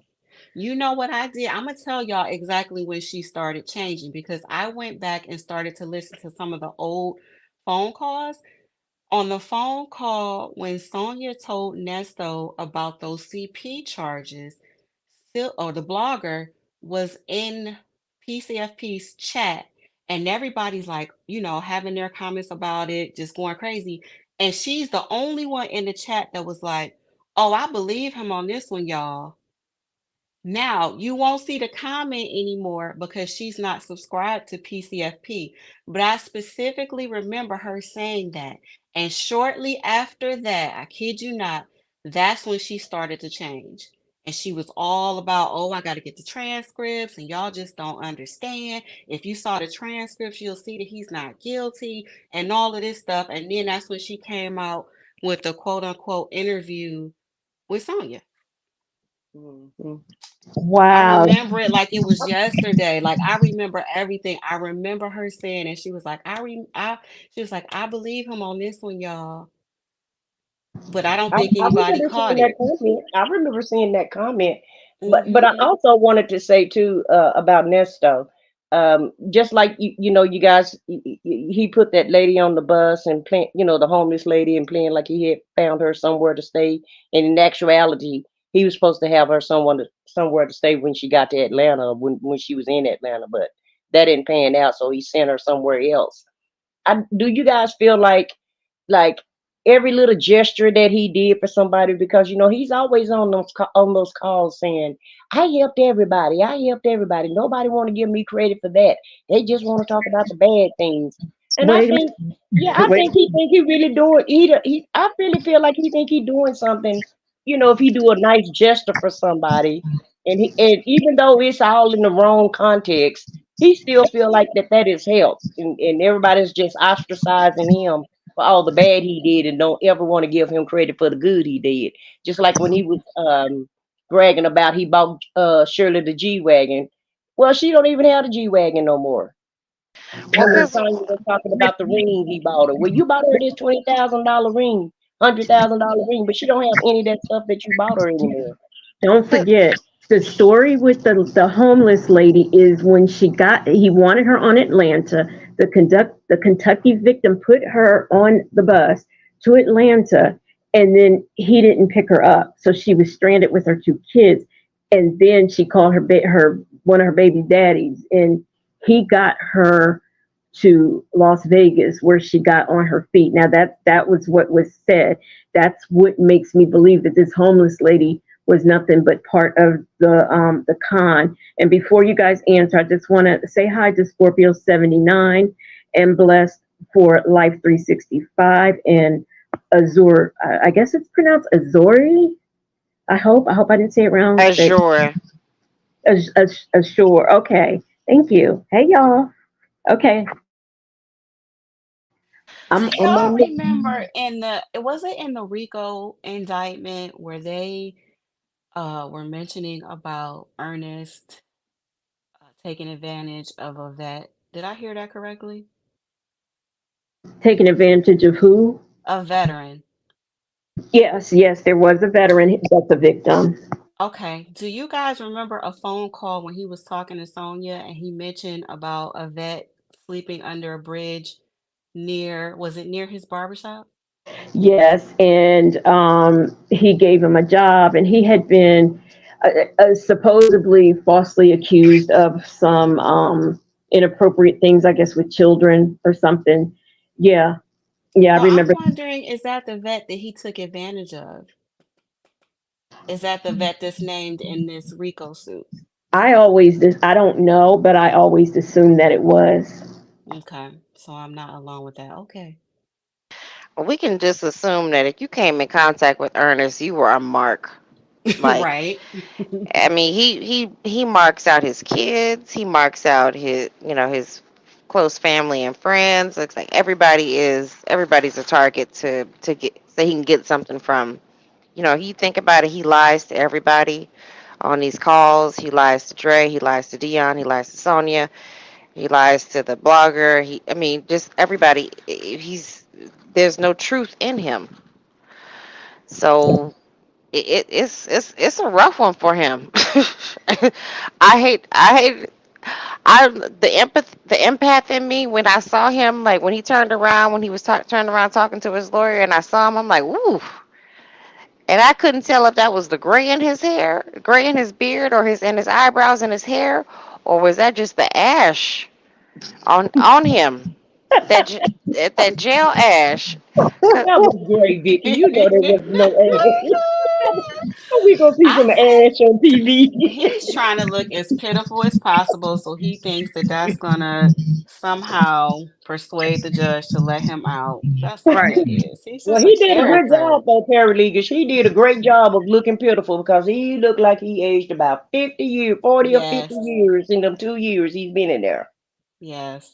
You know what I wanted? Oh, everybody in the consensus is in the chat is that yes, that was the veteran. That's the victim. Hey, Renee Edward, but y'all, the Okay, so way.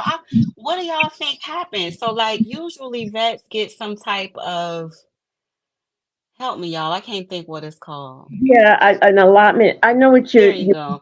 um it was it was the credit scam, I think, if I'm not mistaken. With Let me tell you something. The thing, I don't care how many people cover this topic, there is always we are getting so much information, and not everybody picks up on the same things.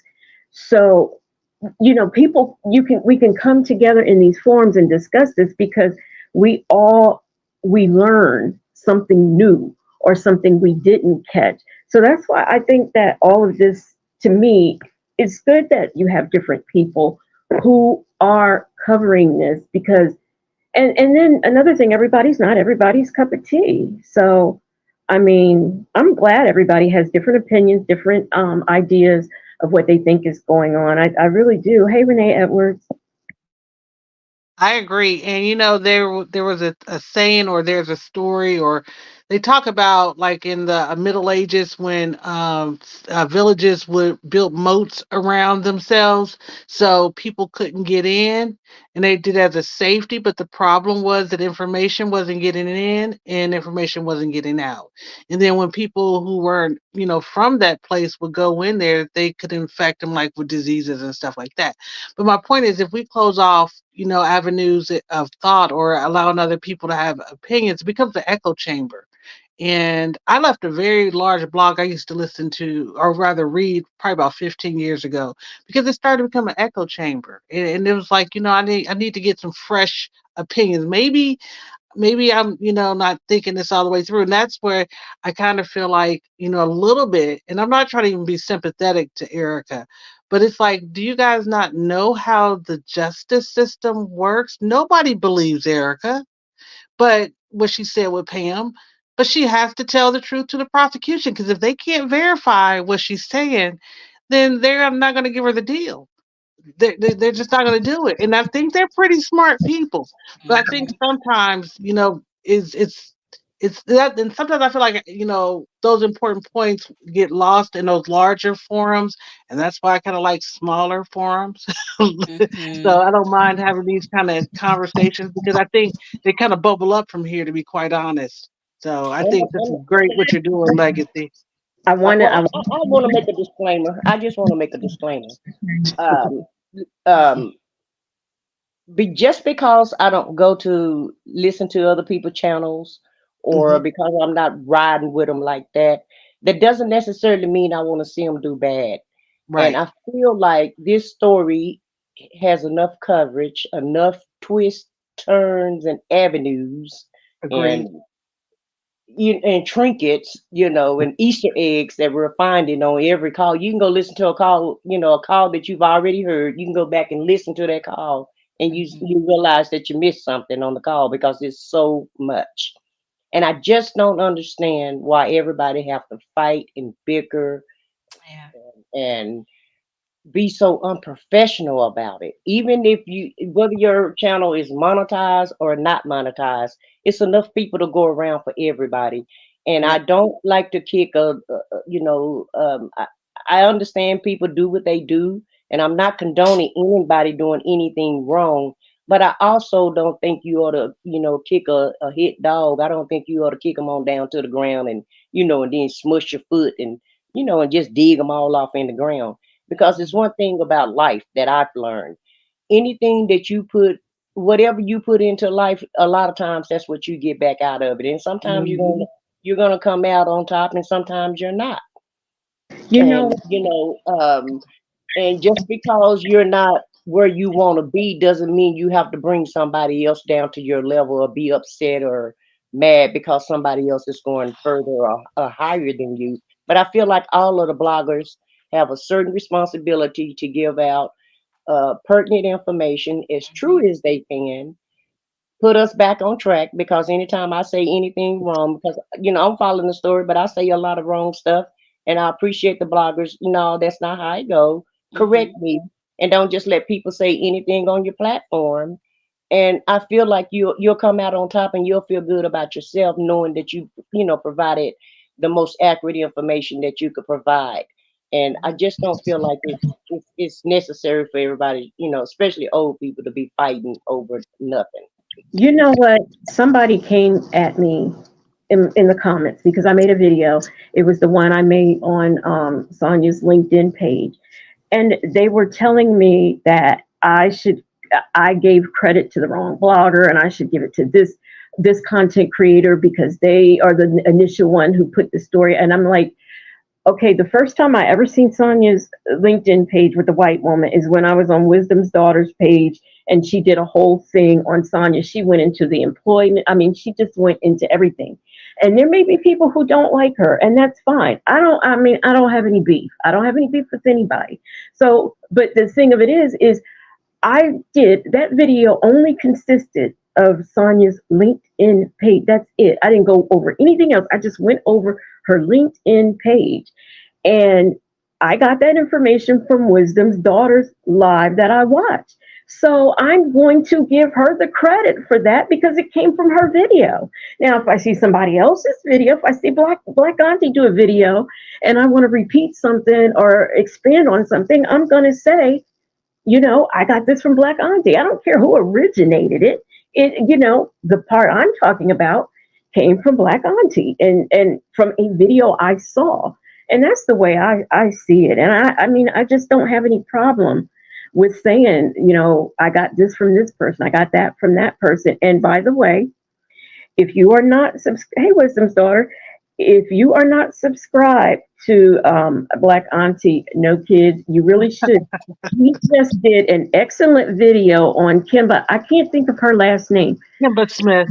Kimba Smith. I have been interested. I remember when that case happened, and it was very refreshing to see you do that because I had been thinking about that case, but never got around to it. You did an excellent job. I absolutely loved it. I love your channel. So you guys check her out. And because I'm seeing more and more people of color do true crime, and I'm glad because before I just thought the only people of color on YouTube was in the beef sector, and of course I'm seeing that's not the case, and I'm glad, and I really think I want to be supportive of other people. So, and anybody here who has a channel, put your channel in right now. I see Wisdom's Daughter has entered the chat. You are more than welcome to come up here if you'd like. But yes, that was a very good video. I really enjoyed it. It was really pleasant and refreshing. And I only wish that I could do my videos like her. The way she sounded, it was just wonderful. I enjoyed it. But Well, that's I would like to also shout out Para English. That's how you pronounce it, right? It's Legal. paralegals. Yep. Thank you. Thank Yeah, you, Black paralegals. I'm Auntie. sorry. But I watched your live and I love, your confidence on camera. I hate to be on camera. I was that kid who never liked to take pictures. My mother didn't like taking pictures, so I picked that up from her to kind of run from the camera. I hate being on video. Do So you? but I also, to be quite honest, Legacy Moon, if everybody really wants to be honest, and this person to me, in my opinion, doesn't make a big deal out of it. Fran on her Love Lives and Lace Front channel said, "Hey, I'm just going to ask phone calls from prison. Can they pull these Ernesto calls?" Mm-hmm. And that started this whole wave. I mean, yeah, Chronicle Speaks, Storm, they had all been on the story. But Mm-hmm. the person who brought the calls, and she's just sitting there grinding away, doing the work, and, Mm-hmm. not worried about, other people getting maybe a little bit more shine. And that's what we all should, because it's enough for all of us to eat. Black That's Auntie. my opinion. Right. Let me interrupt you for a Mhm. minute. Sure. Hey, Destiny to be, but Leela, not Layla. I don't. To me, hey Deborah C. Everyone needs to be respectful of everyone's opinion and everyone in this chat. Therefore, I am not going to allow you to sit up here and refer to Wisdom's daughter as Weirdo's daughter. If you don't like her or her commentary, that's fine. But disrespect, no, I'm not going to tolerate. So you could carry that somewhere else. Matter of fact, paralegal ish. How do I mod people up? So, how did I do mine? I had to go into studio and then either you can have a person's email address or click their handle and then you can add them as moderators. Wisdom's daughter probably be able to tell you better than me. I can't remember.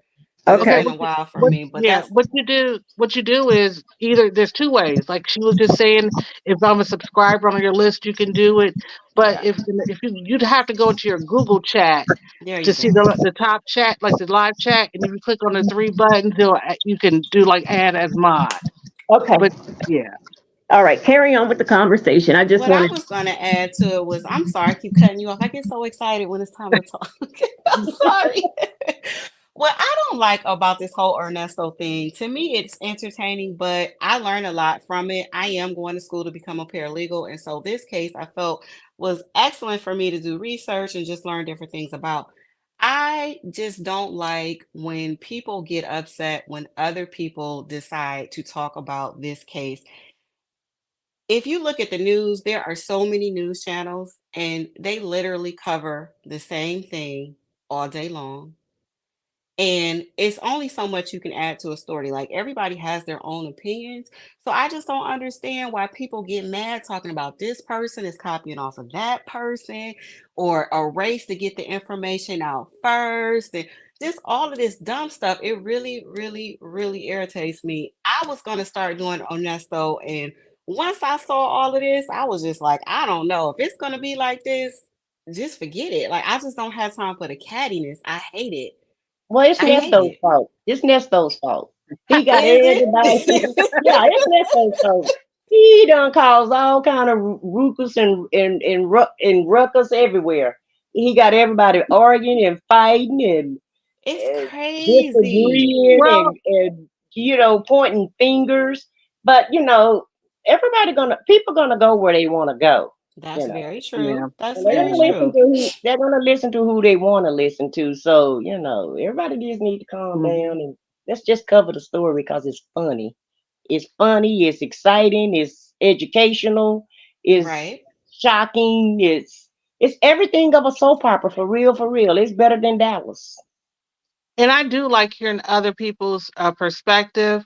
Mm-hmm. Also, I said what I said. You probably remember this early on, me coming up on Lady T's panel.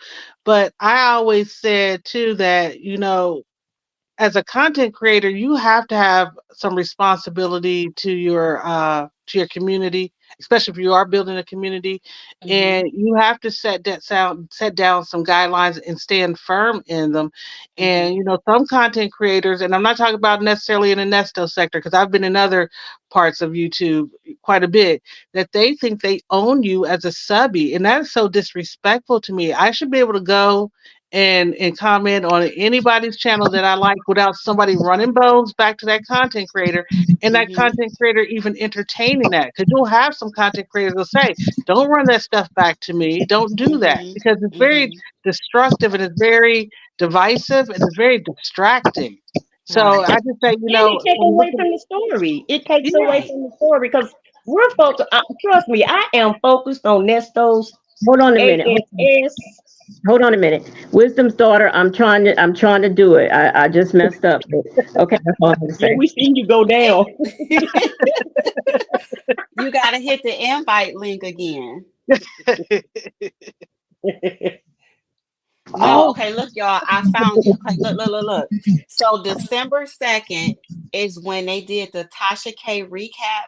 And that's when the blogger was on there saying that she felt sorry for Ernesto. So do you think that she was already talking to Sonia then or before that? I think she was before because No. I think those emails exposed an earlier date. Because Okay. when was her interview though? Was her interview with Sonya in December? Because she sent Sonya a list of words, Right. too. I'm Yeah. looking on here now. Let me see if I can find it. Okay, so I found the video about she said, I'm here to give facts on the rumors of me giving victim photos, but I'm gonna look at that in a minute. You wanna find Sonia's interview, right? Well, I guess the time frame, because The that's like date? you Okay, said, yeah. let me Because see. that would give us a time frame. Because I believe they were talking. I think it was shortly after Tasha K. So it may have still been December that they really Yeah. started exchanging emails or DMs. Okay, let me see. Maybe Wisdom Daughter knows when she comes up. Oh Maybe she no, can set here we them up. go. I found it. It says interview with Sonia, Ernest Williams' strongest advocate to discuss his cases. All right, so this was January 11th when she Really? did yep. Wow. It seemed like it was But that sooner. it doesn't mean that she wasn't talking with her though prior. Mhm. That's just the date that she, I guess, felt bold enough to let us know. I don't give it, I don't give it But a it you know actually what about really what y'all started. Y'all, think. you guys don't forget. Remember, she was bragging about her upcoming interview with Dre too. Mm-hmm. That Mm-hmm. was in December, so I know that. And Judge Manning. Yeah. Oh yeah. That even goes Yes. back to November. Let me Yeah. look on the community wall because that's where she posted that. Listen, if I'm not gonna do anything else, I'm gonna look. I'm gonna research and figure it out. Hmm. Well, the way I look at that though, let that be, let that become whatever it becomes. And so I think we just need to keep marching on and figure out how many gray hairs Nesto got on his head, how many Ooh, black hairs he yeah. got, Well, because it look like the whole top is gray and the back part is black as far well, as I his don't hair want to Right. goes. discuss. I don't want to discuss what was behind the Patreon for phone calls for prison. I'll wait if they, make it for the public. But he was really trying, to scheme and scam. So trying to look pitiful in front of this judge. That's just a Yes. part of the act. You said, Well, do we think it's a part of the act? I do. Yeah. yeah, but he can't act looking old. He can't act looking like Methuselah. He can't act that. You can't act that out at all. He's I'm been telling you, trying to he get trying to look pitiful, but time has not served him well. That time is serving him instead of him serving that time. Yeah, I think Shirley looked at it and kind of felt a little sorry for him. I mm-mm. felt a little sorry for him, just her, but I You did, did? just to her, because he looked frail. He looked frail. He looked pale. All his He hair is did. white, and Ashley. he looked pitiful. And then they Wisdom had is him. Ashley. And then he had to take them little inch steps to try to make it up Right. there. They had him all shackled down. Like, come on now, you act like he done pow 25,000 people. Y'all ain't got to do that man like that. Y'all could have let that man walk in there with just them cuffs on the front of his head. Y'all did not have to, y'all Oh did God. not have to hog tie this man and bring him into court. This is what I felt like. You heard him before you saw him. Right, The chains right. rattling. Oh. Nesto looked like Like, he was in the wilderness for 40 years. Oh goodness. what was that movie where they had the ghost and he was hanging and he was slanging the chain? That's what I felt like I was watching. One Oh. of them cartoons where the ghost is coming with the chain and he going down the street. That's what I felt like. It was like one of those types. So I'm like, wow, man, they didn't have to do the dude like that. Now, come on now. Yes. You reap what you sow. I'm trying to Yeah. figure out why Wisdom's daughter is still awake. Can you hear me, Legacy Moon? Can you hear me? Oh, wisdom's daughter. Hey. How are you, Queen? I just want to tell you that I am enjoying your show, your commentary. Your channel is doing so well, and I'm so proud of you. I'm so proud of you for stepping out of your comfort zone. And for those of you who have been thinking about starting a channel, don't even worry about this foolishness on YouTube. If it's something that's in your heart to do, do it. Just go on and do it. But yeah, Thank I, you. I was, I'm Let me still up because I'm cleaning. give me a I'm second. actually up cleaning. Big sisterology. How are you doing? But I appreciate that, Wisdom's daughter, and like I said, I don't have a problem. And if I do have a problem, I email you. So I just, to me, a lot of this is just foolishness. I mean, I'm just going to say it. It's just foolishness. And people should be able to like who they like and not be made to feel uncomfortable. But like I said, I'm just not going to allow people to disrespect other people. If you don't like Wisdom's daughter, that's fine. But just don't. I'm not going to allow the disrespect in the chat towards her. I mean, I'm just not, or anybody else. That's all. Yeah, I it's read not a called quote. for. I read a quote that said, "People will stop liking you when they can't control you." Amen to that. Amen. Mhm. Amen. And You so know, I just, legacy. I wanted to tell you. You said you liked the Banks voice, and I like her voice and the way she tells stories. But we also love your Yes. comforting, warm voice that you tell us the stories. We like the way you tell them also. Oh I yeah. I appreciate that, but I just it's weird. Sometimes I was doing an edit and I hit the play button, and my dog heard me and he looked at me and he was looking at my phone like, what is going on? Why do I hear that voice? And I'm like, yeah, I know it's annoying. I feel the same way. But I really appreciate it when people tell me that. It's making me want to do an MSAR, M, I can't even say ASMR. AS. Yeah. AS, ASMR. ASMR for do reading, like read a Yeah, novel. yeah. That's what I was gonna ask you if you guys were thinking about doing audibles because either one of y'all, Wisdom, Bank, or you guys have nice voices, so you I definitely can hate do my audibles. voice. Really thinking about it. Well, And I just gotta. paralegals. All of y'all have Yeah. nice voices to me. I want to Oh, piggyback on thank what you. Wisdom's daughter said because I had said this too in another a chat. Um, Marketing 101. If it's a good market, Nesto is a good market. So Hmm. why not? Why not talk about it? When I went to go look at my little Polo analytics, I look at my highest viewed videos. Hmm. They're Nesto videos. Okay, so you got to go where your audience and the market takes you. There's another sector that I'm heavily. I call myself, I guess, a watcher. I watch heavily in that sector, and I did just a little couple of test videos on. It's called the mommy sector, so nobody was like, "What is it?" But if I talk about a particular mommy in that sector, I will get views automatically. And that's just business marketing 101. If you have something to say and you can get it across and you feel comfortable doing it or you try to get comfortable doing it, then just do it. Because guess what? There's an audience for everybody.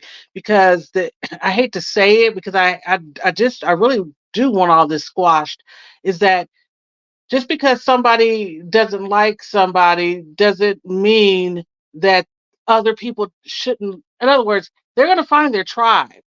They're going to find their tribe, and you'll find your tribe, or I'll find my tribe. So I can't worry about the people who don't like what I'm doing because it's called crabs in a barrel. If I'm still busy worried about my haters, then I'm not giving the support to the people who actually support me. And that's what I think is just because if you look at it from a business standpoint, again, I get that from Bougie. If you're doing YouTube to make money, this is a lot of time. I mean, everybody up here who has a channel will tell you, even the shorts, it takes a lot of time.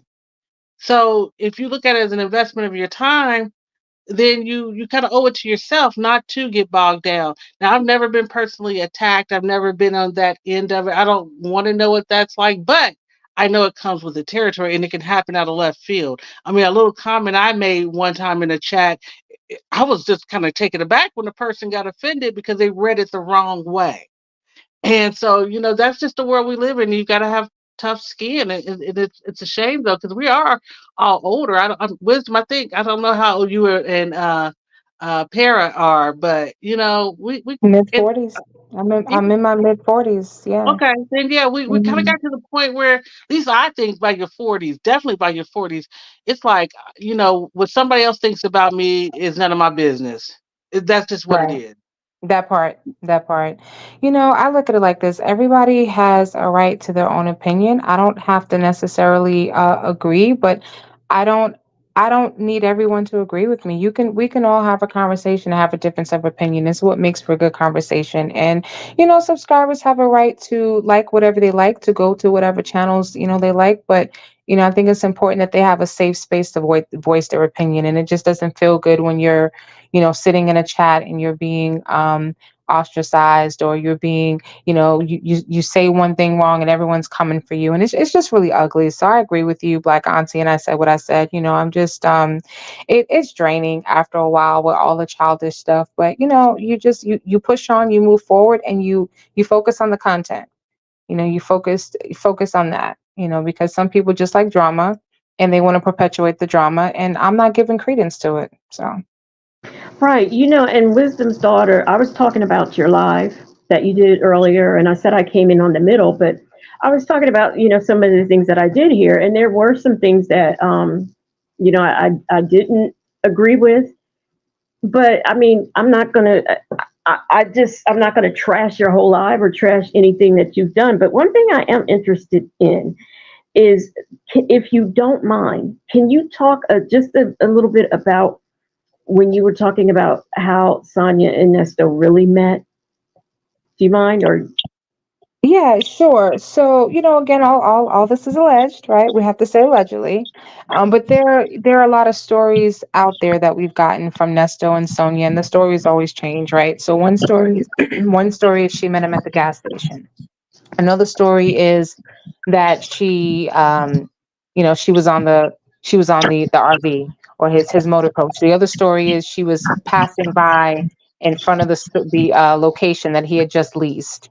And so, but there's another possibility out there that she met him at the barbershop that he had, and she was looking for a job at the barbershop. That's another theory, right? Again, it's all alleged. Um, and what I try to do is when I get, information, sometimes things are not always verifiable in the moment, but you can go back to some of the calls and kind of connect the dots. Because this literally is a puzzle. This has really been us all this time for months and months and months trying to connect the dots. And then another call will come out and they'll tell on themselves. And then we'll either know, you know what, I was right on target, or you know what, I was a little off. And so there's a possibility that she met him at that barbershop. If you listen to how she talked about Hazel and how she just, went in just unnecessarily, right? Why was it so important for her to go so far in? And if you listen to how Sonia talks sometimes about, these victims, it makes it seem like she was around Nesto a couple years sooner than what she has actually stated on these calls. And even on the calls, there's a discrepancy from her as to when she met Nesto.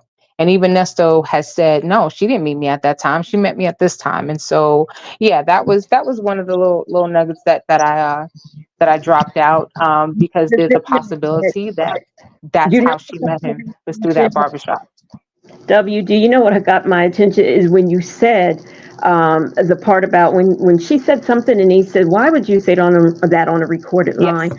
That I was like, "Wow, I never caught that before. Yep. Never." I'll tell you about that really quickly. So there is a call where Sonia plays the audio from the Steve Harvey Morning Show where Shirley Strawberry is coming clean about what's been going on. He titled it, "I Didn't Know I Would Be My Own Strawberry Letter." And Sonia plays the audio. And afterwards, Nesto says, well, Shirley was right about one thing. She sure was right about that storm. Remember, that storm was terrible. And I believe this call is dated September of believe it's dated September of 2023. Anyway, I'll find it. I know which call it is. I'll find it. I'll send it to you if you want to drop a link in the description box on this live. Okay. So those of you who want to listen to it. But anyway, so he says, yeah, Shirley was right about one thing. That was a terrible storm. You remember how bad that storm was? And Sonia says, no, because I was in Florida riding my bike on the beach and you was at a hotel. And he goes from mush mouth to very articulate. Why would you say that on a recorded line? And she's like, well, no, but you did, remember? Because you text me. You said that you was at a hotel. So she says it twice. And how could she remember something unless she was present? How could she remember Right. something That like It's that funny you say that unless she because was there? I remember that call clearly, and I was a little bit confused on the timeline, but I never gave it really too much thought until now. This was in reference to where Nestor was on July 4th. So this was July 4th of 2022. This was just days before he was arrested. What a lot of people may not have known is that Shirley and Ernesto had separated a few months before he got arrested. They probably separated sometime around February or March. And this information will come out. It'll come out. And so the information is out there. I can't remember my source, but it will come out. And so they separated February, March. And so she wasn't looking for him. Ernesto's last picture that he had posted on his Instagram, the very last picture before he was arrested and everything stopped, was a picture of him and Shirley Strawberry that was dated July. He posted it on July 4th, but they weren't together. And that picture clearly wasn't taken on July 4th because there's no storm. The sun is out. It's a clear day. Shirley said that the weather was so bad they couldn't even have the fireworks. And she talked about being with friends. She never mentions Nesto because he wasn't with her on that day. But it's possible he might have been with Sonia at the hotel.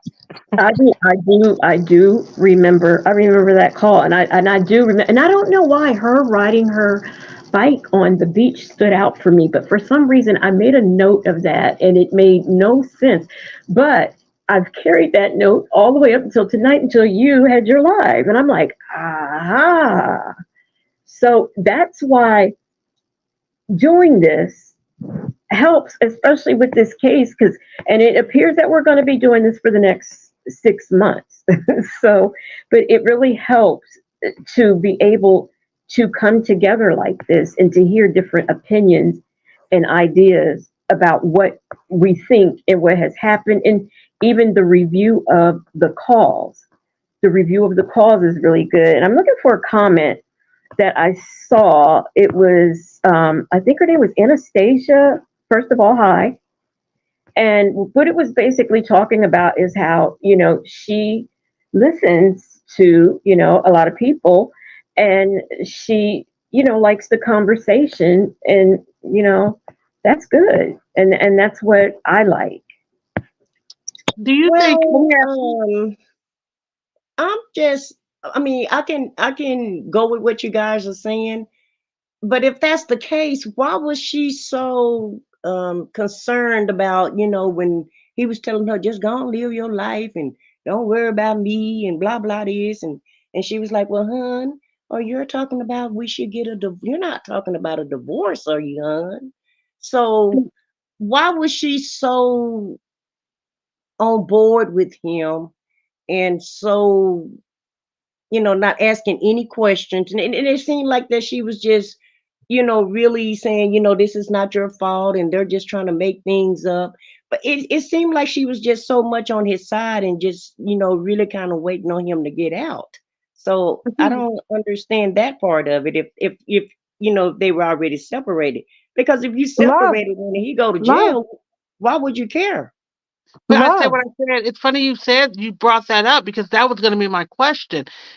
Do you think that Shirley? My opinion is kind of to answer that question. In my opinion, I think Shirley was all about saving face. So it Yeah. goes back to these divorce papers that she said they were separated since March of what 2022. So I think that Shirley didn't want that.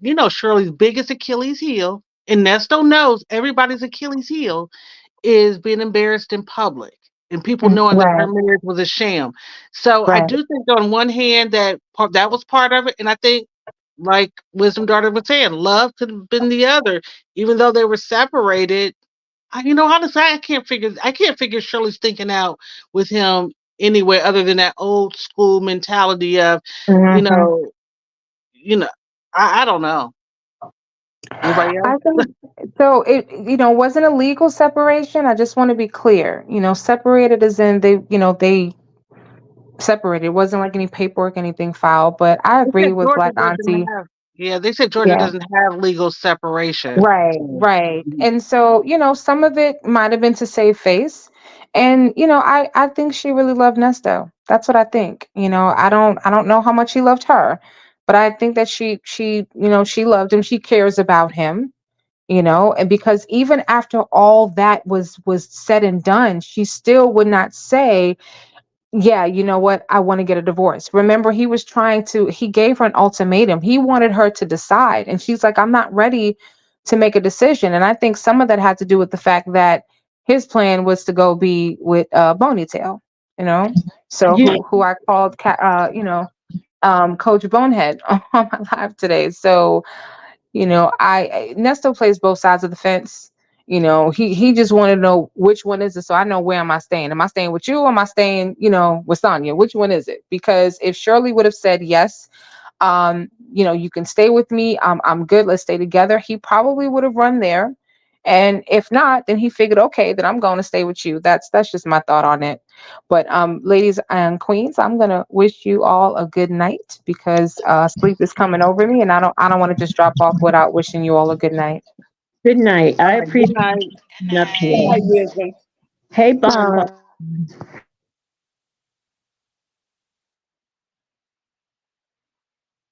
Okay, now you all remember the call. Bon, bon, bon. If I'm unmuted, it kind of gets muffled. So, I'm remembering to mute. But anyway, we all remember the infamous, you said you didn't really love her anyway, call from Dre. What do you think about that? And then we saw how he tried to clean it up and backpedal, later on. What do you think about that? What do you think? Do you think Nesto really, really loved Shirley, or was she just a mark that he married? Amor. I think he loved her, but I think she gave him the opportunity to get what he wanted. And by that, I mean to reach celebrity clientele. That's I it. I don't think Nesto knows what love is. That's the Hmm. problem. Everything is transactional in his world and in his life. And I think Hmm. a lot of it, seated in his childhood. I think that also Hmm. too his intellectual, his emotional, all those kind of things that most young adults get to go through were stunted by going to prison. And I just think that he sat there for those 10 years, especially early on, and thought about everything that he deserved, and he was going Hmm. to get it by hook or crook, and he's Hmm. proven it, even But coming in remember, those shackles. But remember in that same call when Dre said you just had to have, and he said, "Yeah, man, I had a choice." Well, Dre told him he had a choice of picking two women, and you chose her. So I don't feel like he really loved her. I feel like she was Hmm. a mark for him to Hmm. try to catch a bigger fish as far Yeah. as Shirley's circle. Now he Remember? may when he got with her, I don't feel like he was in love with her. I think she was a target like you said before, Bank. I believe she was a target, but possibly maybe kind of fell in love with her along with the process. With them being together, the times that they were together, and sometimes you don't be in love with somebody, but you can grow to love them. And I Hmm. Hmm. feel like that may be what happened. He Hmm. accidentally fell in love in his own little way that he Yeah. loves, the way that he can love. Hmm. Because he Yeah, was looking. Remember, he had his. I'm sorry, he had his it's eye on a okay. bigger. He remember, I guess, was somebody that's probably relatively famous that he was actually gunning for, and Shirley Right. kind of got in the way. Yeah, Well, I don't think that he was in love with her. I think that he did love her, but I'm just thinking in terms of whatever number Carol was, how when he was with her, she was able to give to him in terms of him having the barbershop. And then when she decided that they couldn't work together in business, then he didn't want to be with her anymore, or she got the divorce, or however way that went. And then, like I said, I think with Shirley, he saw the access that she had and the money. And I think he just looked at that as an opportunity to get what he wanted. And in his mind, it's like, okay, well, like I said earlier, if I do enough for you, that'll distract you from the fact that no, I'm not really into you like that, but I'm doing this for you. So you'll assume that I care enough, but in actuality, I'm trying to get this out of you. I'm trying to get with these celebrities. I'm trying to grow my businesses, this, that, and the third. I think he just wanted a bigger name for himself, and he knew that he can get that if he was with her, or so he thought. I agree with what a paralegal said. I think that I think more or less he loved her, but he wasn't in love with her. That's what I think. But do y'all see me? I am highlighting comments on the screen, and nobody even has to tell me how to do it, y'all. You're gonna be up You here killing like it. a pro. Yep. Hmm. The biggest problem I have with StreamYard is that I feel like I need more than one monitor. I'm about ready to go buy a desktop and get, because I used to, my former job, I used to work with 8 monitors. Actually, probably more than eight, 'cause I don't like to think about it, but I'm so used to being able to see everything. And now I just use my laptop and I split screen it because I can't stand that bouncing back and forth, when I'm playing a video or something like that. But once I need to go live more because I need to practice. So I'm really liking Legacy that you are coming live more. I kick myself every day. I'm like, you should have went live. You should have went live. I'm like, but what am I going to talk about? But yeah, it's a rhythm, I think. Yeah, And I would that actually well, first of all, I want to say that Miss Saunders said their love was not a romantic type of love. The love was mhm. based on what he could give or receive in return. I agree. I agree. But now, since we are talking about this, has been to me a very good conversation, and I really enjoyed this live, and I hope that you all did too. But I want to add, parlay this into just something else for a moment, since Black Auntie was talking about going live. I have ideas in my mind of things that I want to do. I just have to work them out. I want to know, are there any other cases that you guys are interested in? Because, like, I am really two things that I'm interested in. One of them is the Delphi case, and I don't know if any of you guys are familiar with that, but that case, and not a lot of people talk about that case, but that is really something to talk about. That is really a good and a very interesting case, and I was thinking about doing something on that. I also the what is it, the Aldersons, Yeah. but Adelson. yeah, Addison. I Oh, need to. there's something else. I was looking Yeah, into that would be doing. good. I really need to get into the case because I mean I know it off, like, say, like, in passing I know it, but I really need to, like, really go into it to know all the details. Especially since, I mean, every time you blink, somebody else is involved or being arrested. So I want to, and I also wanted to review. I was thinking about reviewing the calls of Paul. Is it Ferguson? Phone calls from prison has him on there, and he is the Mhm. one where his mother unalived the sibling, his sibling, and he is a co-conspirator in it. I'm very interested in that because of his condition, and it's just, and there's a lot. His girlfriend, Wait a or he, minute. I'm sorry to cut you off. I just want to tell you before I forget, because you said girlfriend. Be careful with that one because she has threatened three or four other content creators and she's actually struck their channels. The really, girlfriends. The girlfriend, because yes. she she made comments in reference to that she wanted to do something legally so that all of the videos could be taken down. And Yes. so that's interesting. Mm-hmm. See, that's what was interesting me in that case, because she kind of entered the chat sounding very much so like Sonia.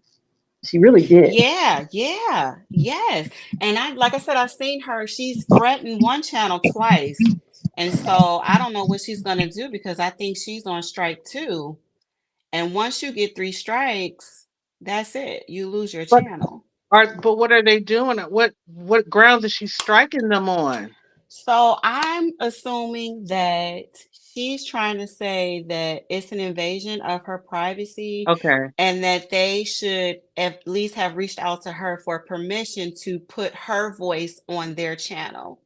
And so somehow she went through YouTube and basically said that they were bullying her and she was able to successfully strike their channels. And so they stopped playing the calls with her on them, not Well, just the here's the calls. Hmm, I was just gonna say, here's the thing.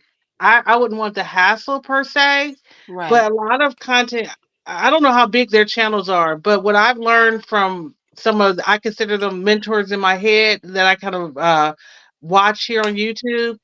And I Hmm. was in a sector where strikes are being thrown out, like, Oprah giving out cars.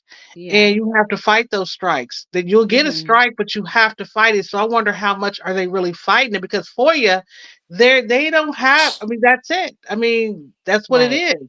So I just wonder. I didn't know because you follow those channels. I just wonder, did they even mention fighting the strikes? Because if you don't fight the strike, it'll sit there. And a lot of people Right. don't know that recourse is there if you use the proper language. And hey, you're in the legal field, but Right. literally that's all it is on YouTube. If you know how to Hmm. fight a strike and you're not, quote unquote, doing something wrong, sometimes people just let them sit there. I would never Right. want to deal with that, but I was just wondering. Well, I IS don't got her think, channel back. Well, that's what I'm saying. yeah, You could she, find a strike. Yeah. right. Yeah, IS didn't lose her channel. She just lost like some of her privileges. But you can definitely can fight it. And I just think that they just chose to stop talking about it because they just didn't want to go through, the Got hassle and the back and forth. So I'm not saying don't talk about it, Legacy. I'm just saying, Just letting be you know what's prepared. happened and these are big channels that had, I think one has 100,000 subscribers. One has like 15 or 20, and then another channel has 20. But she's literally on YouTube listening and watching to see who's talking about what. And she's getting their contact information, I guess by email or whatever. And she reaches out and says, hey, I don't want my voice on your channel. I don't appreciate what you're saying about me. Take it down or else. And so they keep talking about it. And then she comes back, she does the strike, and she says it again. And I'm But just guess like, what? dang. Here's the linchpin. Here's the linchpin, if I can say so. If they're listening, if those are calls coming from phone calls from prison, her calls are still up. Why is that? Because she probably fights the strike. Right, right. Well, what So I Um, about don't think that the they're just letting it go. Rex Human case in New York? Have Legacy? Have you looked up into that one? what case? What did you say? The guy name is Rex Human. Think that's how you say Oh, his I know who name. you're talking The about. one with the one in New York that all those women come up missing, and now they've already arrested him, right? And apparently he's talking now, and so they're back at his home again to do another sweep of it. So I guess there's some bones buried there or something. I don't know, but Rex, What's his his nickname? last name? what is his nickname? His last. Yeah, I think you spell it Heurman. Human. Hmm. yeah, And Rex. he has a nickname. I Yeah, I don't have the think so. Or either, how they'll give like the case a certain name. You know how yeah law and it's crime the New does. York. It's New York something. Let me look it up. Hold on a sec. Oh, y'all, the person that's striking the channels, Paul Ferguson. I don't know if you guys are familiar with that case. His girlfriend is striking channels as well as his mom's girlfriend is striking channels. If you talk about her or put her voice on your channel. But Legacy, you should still do the case. I did a little bit of the case. Maybe you could do, well, I don't know if you want to do text messages, but still do Paul's calls and Shonda's calls. You should do them. Yeah. I Now, was. I don't know if people would be. I'm gonna be honest now. I'm gonna say something. I'm gonna be honest. I notice when I do videos and it has people of non-color, they Mhm. don't get as much views as when I do people of color, and I've Yeah. noticed that. So I kind of tone down. Um, because there's a lot of cases I want to get into, but I'm like, I don't think people will be interested in it. So I just kind of stay in the same rhythm, but I Right. just Yeah. would like to do some because Nesto Williams is good and as juicy as this is. There are other cases that are just as juicy. Um, It's called the Gilgo Beach Legacy. There you go. the Hoobie, Gilgo Beach. Gilgo Beach serial I never heard unravel. of that. I You have to look guys have it up. never heard of this one? I I haven't. I'm gonna have to look have. it up. I want to look it up. You have Paralegals? Yeah, I've heard about it, but I know they weren't talking about it for a while. But I did see the headline of them going back to his house. I just didn't read it, but I heard about it. Yeah, And yeah. in Legacy Moon, the Delphi case, it didn't ring a bell until I looked it up. And I'm just one state over. I remember when that case, came to a head. I mean, when they first went missing. So yeah, but back to what you were saying about you noticed the viewership, and that's honestly because of the algorithm that you're in, and it's really Mm-hmm. you're appealing to a broad. You got to have probably a breakout video to Yeah. kind of appeal to a wider audience. But the irony to that is that I was on a forum and somebody was saying in a comment about a true crime story. They were like, I wish more people of color would do our stories. So Mm-hmm. that's where I kind of get stuck. I'm kind of stuck too, because it's like, you know, I want to give a shine a brighter light because I don't want it to just sound like we're the only ones out here clowning. And Right. some of these stories are just when you get. I'm a true crime reader. I was reading true crime novels in high school. I loved Anne Rule, and I was amazed at some of the depravity behind these big, large homes' doors. It was just amazing to me. But also, too, I like to adding our voice to our story. And I am really interested in the old crime. You can see if you go to my channel. I like the Mm-hmm. old stories because it just I don't know, maybe because we didn't have social media around. You have to paint a picture. And my analytics are showing that I'm appealing to an older audience. So it Me is what too. you just. I think if that's the stories you're interested in, I think you should do them. Like Paris said, you should do them because eventually it'll catch on. I It think Yeah. so. will. Some people, and what about the Brian Koberger story, the one in Idaho? Oh yeah. I That'll guess be you a guys good can one. That's tell a I'm a lot of true crime content. person. It was popping at first, but then it kind of slowed down. But I think it's getting ready to, I think it's getting ready Mhm. to go down. But Charlie and his mama, baby, they That's crazy. that's a You lot gotta of be, content yeah, for that Charlie story for yeah, sure. yeah. Charlie and his mama is off the chain, especially if you just listen to those calls. They are crazy. Mhm. Yeah. Now, when I started my channel, I started with my very first story, and I was so nervous. It was about an African American woman who was pregnant, and she actually was unalived by the police maybe 10 minutes from my house at the grocery store because she was a part of a shoplifting ring and they stole liquor. And per the law in Ohio, you cannot detain anybody unless you're like a security guard or, of course, a police officer. And so the manager in the store lucked up because it was police outside. So he came outside and said, hey, they just stole some merchandise from the store. And so the police officer went to her car and one went in front of the car, one was standing at the door, and they were trying to get her to come outside of the car and she wouldn't. And so she decided it was a good idea to start her car and drive off. And you know, so that was my very first story, and I was very nervous, and I got through that. But the story that got me my subscribers was Daryl Brooks, and I'm sure y'all all heard of him. Hmm. So I did a whole lot of videos on Daryl Brooks, and that's when I started going live. And my lives would be jumping. I would have like almost 150 people, 200 people in my lives, and that's where I got the most views. But after a while, I felt kind of bad because at the end of it, they're still victims and their families are grieving. And so I don't want to talk about it too long. But I did notice when I went on to another story, I can't remember what my next story was. Everybody kind of was just like, well, that's it. I'm done, and they moved on. So I guess you just have to find your balance. So, like, I try to go with the popular stories and then I find something that's not well known and then I go back to another popular story. You just gotta do it that way, and then like Black Auntie said, eventually your audience will find you. You know Like what? people that don't care what type of true crime it is, as long as you tell the story.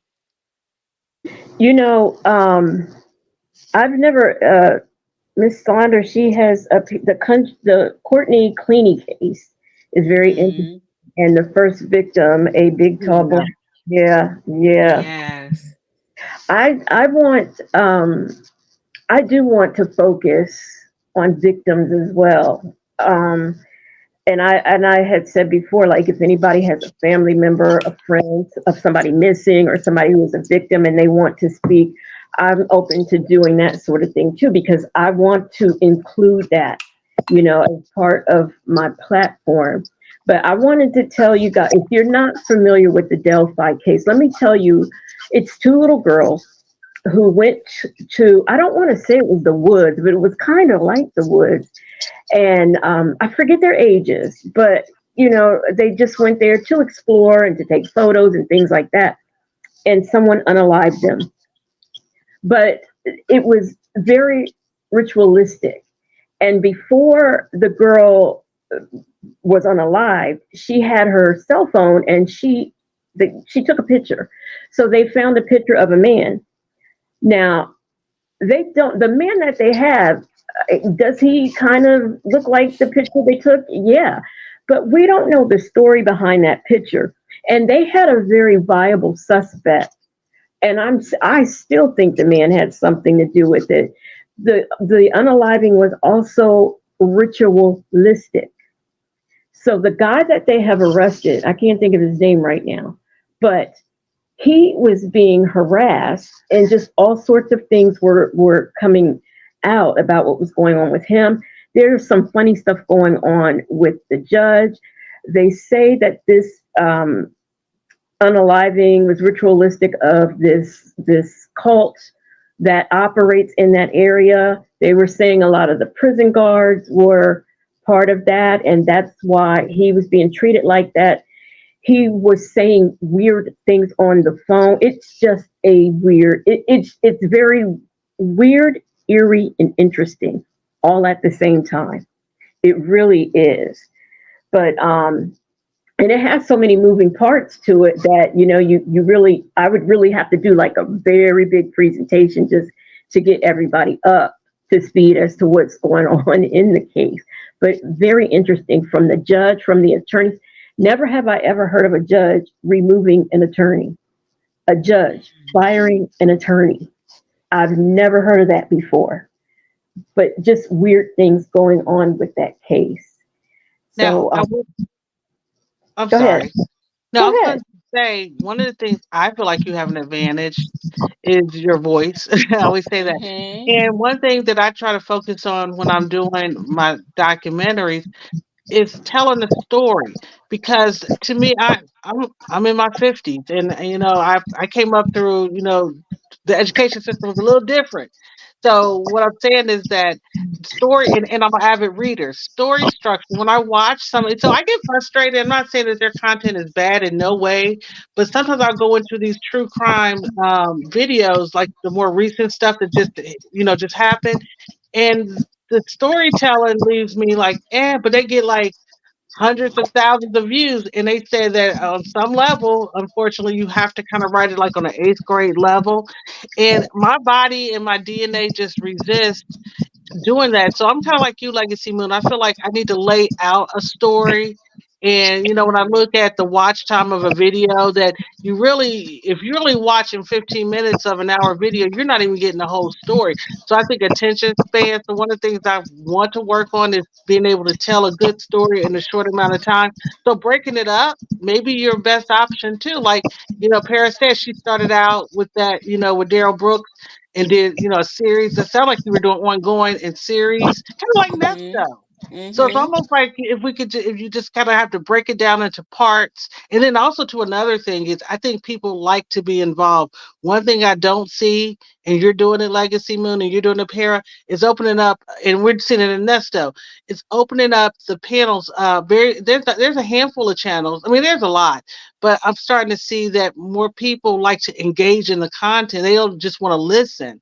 They Mhm. want to engage in it too. So my formula, and I'm like I feel like sharing is caring, telling everybody. It's almost like maybe even doing a kind of a hybrid, telling a story. Because I was thinking about even with the Kimba Smith, going ahead and doing a live specifically Mhm. about her story and talking about it. Because I got one comment, and maybe you ladies have experienced this, but you get a comment that kind of like says, I think I'm doing something right.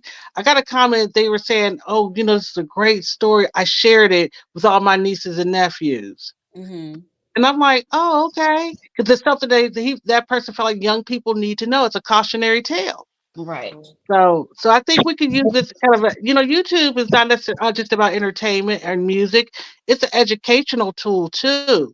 And it just depends on Mhm. how you craft or you want or you envision your channel to be. And that's why I struggle here on Bank. To me, I struggle with this channel because honestly, you guys want to be quite honest. My passion is business, so I'm like, okay, you need to get that business channel started, but Hmm. I also want an outlet for just the things that I like. So Well, it's I think you could do both, Bank. yeah, I am, but I'm going to separate the channel. Like one is a completely different You way of. know, Which one of you guys said you were going to do the story with the little boy in that Las Vegas suitcase? Cause well, ooh, I did it That was already. Legacy. I did you it already already. did it, Legacy. I did it. It's already. I did that a while ago, but I want to like really deep dive. Like I want to get all the documents and everything. That's what I Hmm. want to do. Because the mom haven't went to court yet, have she? No, No. she had an arraignment and that's it. And she is, excuse my French, batshit crazy. And Right. Yes. looking, because I went over in the video I did, I went over the text messages, that she did and the text messages that the other woman who's is serving her time for that. I went through all that.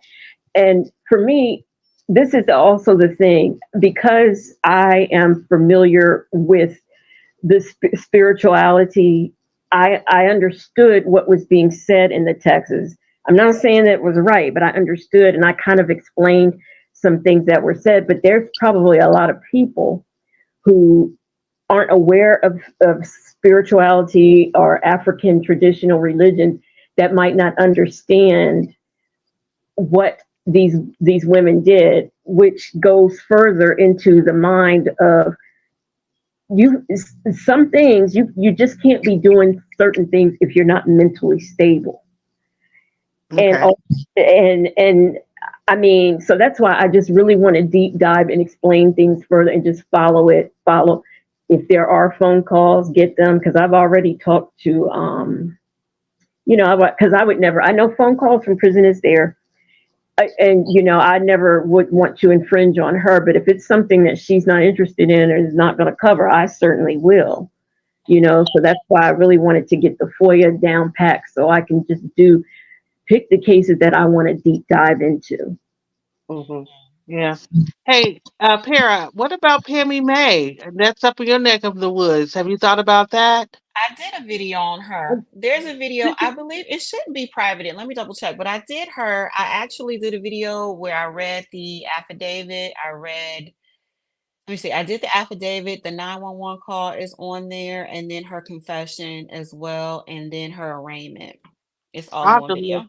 I'll have to look for it. Hopefully it's out because there you go with the algorithm. I'm just now starting to get recommendations because of what I'm looking for and what I'm, Hmm. just my research actually. But when you said Legacy Moon too, that's the funny thing is I have a law enforcement background, but when I was a teenager, there were two in a young adult. I know Alton Coleman and Deborah Brown came through our town, and I was a teenager, and it was a scary time. And that's why I say I like those old crime stories. And then I had a close family friend. His girlfriend was unalived they weren't together anymore. Ex-girlfriend was unalived by her current boyfriend. And I was like 14, 15. And those things kind of mark, how you could like demarcate certain points in your life when you start to realize that life is really real and that Hmm. people, that bad things happen to good people kind of thing. It was like coming to age kind of stories.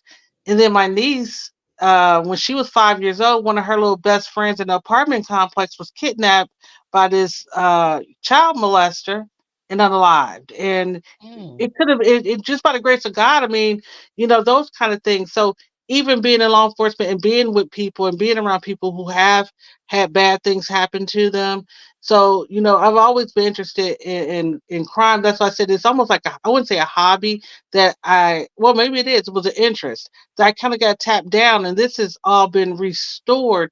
So, I'm just kind of glad that you and Para, especially you guys, kind of focus in on these kind of stories because they're not, some of them are big headline stories, Hmm. but some of them get lost in the sauce. And that's why I said, I think it's best for us to kind of tell these stories or even add our voice to them, even the ones that are not a people of color, because we do have a different perspective. Hmm. So I'm looking forward to more of it. And maybe, like I said, I'm looking for my next documentary, but I like the old crime. So I'm going to dig into the crates and try to find something that I can remember, something older and bring it up because this new stuff to me is we're in such a, what do you want to call that, a fast food generate or cycle, that the news Hmm. cycle is so fast moving, and people are like, oh, I done seen that already, Hmm. Hmm. and it's crazy. You know what? I want to well, first of all, before I say that, Lakeisha Elder, hey, and the Chad Daybell and Lori Vallow, yes. Oh I, yeah. I remember when that happened too. I remember that. And so, yes, I am very interested in that because those two were just nuts. And it's a lot of it's a lot of ritualistic stuff that they're kind of mixing in with the Christianity or whatever it is that they claim that they follow. I'm not even sure. And then now Bon has this. She mentioned a case called. She said it was a black guy in Milwaukee that pummeled people at Christmas and Thanksgiving. I'm gonna look into that. That sounds interesting. I will look in that. But one of the cases that I want to deep dive into, and this has been on my heart, when I was a little girl, that is when the Atlanta child murders happened. And Yeah. I can remember seeing it on the news. And I have to say, it might be an unpopular opinion, but I don't believe that the guy, I can't think of his name because it's late and I'm getting Wayne, to Was it Wayne his name Williams? Wayne Williams. Yeah. get Wayne Williams. Yes. I honestly don't believe he killed those children. Do I believe he killed somebody and some people? Yes. But I don't think he was responsible for the children. The men, the older men that I think were gay, I do think he unalived those guys. But those little kids, I don't. I think we're looking at different cases. It's just his mouth that got him in the position that he was in. But there's just a lot of things in that case that don't make sense or that was ignored. And there's a lot of parents whose children were unalived that don't believe that he is guilty. There is there was a young girl who was a witness to her friend. I think it was either a friend or a brother, but they didn't want to take her account into consideration because she was limited. She was what's the word you would say? I guess she had Down syndrome or something. I don't know, but because of that, they didn't want to take into account what she said. And I have a very big problem with that. And I do not believe that he committed those. I really don't. Now, I don't know how anybody else feels about it, but that's that's how I feel. They never really had any concrete evidence though that he did it though, did they? They caught him throwing that one guy that he Yeah. did like off the bridge. So then they just dumped everything on him. So that no, and they did have some fibers, I think, from either his vehicle or a rug in his room, but they only had those fibers in the cases of the like two or three adult men who were unalive. They have nothing for the children, nothing. Yeah, I So always suspect that there was more to that. And I was hoping with maybe they had DNA because now they're pulling those DNAs and they're able to, make some connections. Because I Hmm. always kind of wondered too about that. I have my doubts. I have doubts, put it that way. So I think that'd be that's an open mystery to you But me. would think they pull DNA if it's not a cold case? Or if he I, don't appeal, would he have to appeal for them to, pull DNA? yeah, something would have to be done. But here's the thing: nobody's going to do anything because nobody cares. I True. mean, let's be honest. These were little black kids. Nobody That's cares. true. That's true. And that's the problem. And that was the problem. You know, and then to what you were saying, I said what I said. I guess I was just thinking, I know sometimes they kind of accidentally stumble upon information, but also too, we also know the way the I don't want to get political, but sometimes they just rather let sleeping dogs lie. That You part. get what I'm That's what saying? I'm thinking. I'm thinking it may have been somebody, like on the other side of the fence, a clear person that they don't want to out. And so we have somebody, so let's just let it stay at that. The little girl who identified somebody, it was a clear person. It Right. was. They Hmm. wouldn't even take her account. They wouldn't even. I just heard about her in this statement like about 2 years ago, and I'm like, what? But I just Meanwhile, we still looking for John Bonet's killer though. Oh, On the lobby. that's what really that. me. That bothers me. Before I finish my thought, Pamela, the wire designer, yes, I'm familiar with Sarah Boone, and that was just downright scary when she got arrested. The way she was acting, well, before they arrested her, that was just downright scary. But gosh, What were we just talking We were about? talking about the clear person Yeah, yeah. that they said that the clear person did You're still trying to figure out what happened to John Benet Ramsey, even though I feel it was either her brother or the father. Or Me maybe too. even, I mean, but we're still searching for that. We still talk about Natalie Holloway. Okay, we know Yeah. what happened. Why are we still talking about her? But yet there are people who are still, there's a doctor, I can't think of her name. I know so many cases, and what I do is when I want to recall, I'll put some information into Google, and lo and behold, they actually find it for me. But there was a doctor, I don't even remember the state. She was from Africa. She was here. I think she was doing her residency. She left work, got in her car, and has never been seen again. Nobody is looking for her. Mm. Nobody. And I'm Wow. gonna tell you the reason why I used to love to watch Nancy Grace, and the reason why I loved her, because one thing I would say is a lot of victims got a lot of victims of color got um, notoriety because of her. I remember the girl who she was going to the mall to shop because back to school or something or another, and she went to the gas station and then she was gone. Nobody'd seen her again. And come to find out, she had there was a man at the gas station. He did abduct her and take her back to his, it was like a trailer. And he did some things to her and unalived her. And it took some time, and they did investigate, and they did eventually get him. But the only place I heard this story being told was on Nancy Grace. I never heard it anywhere else. I followed that story too. Yeah. And she was on her way to the beauty shop. Remember, she called her mom and she told her mom she was gonna go get her hair done. And Oh, she stopped. And remember she was gonna go get her hair done about what 25 minutes away or something. It wasn't in the same neighborhood that she was in, but like you said, she stopped at the gas station and she never made it. But I think Law and Crime, I think they did a story on it. It was one of those channels that done a story on it. But I also followed it with the news a lot too, because I watch a lot of news, as you guys can tell. And sometimes I get my stories mixed up, but I've always watched the news. And I wanted to know, is anybody gonna cover Trump?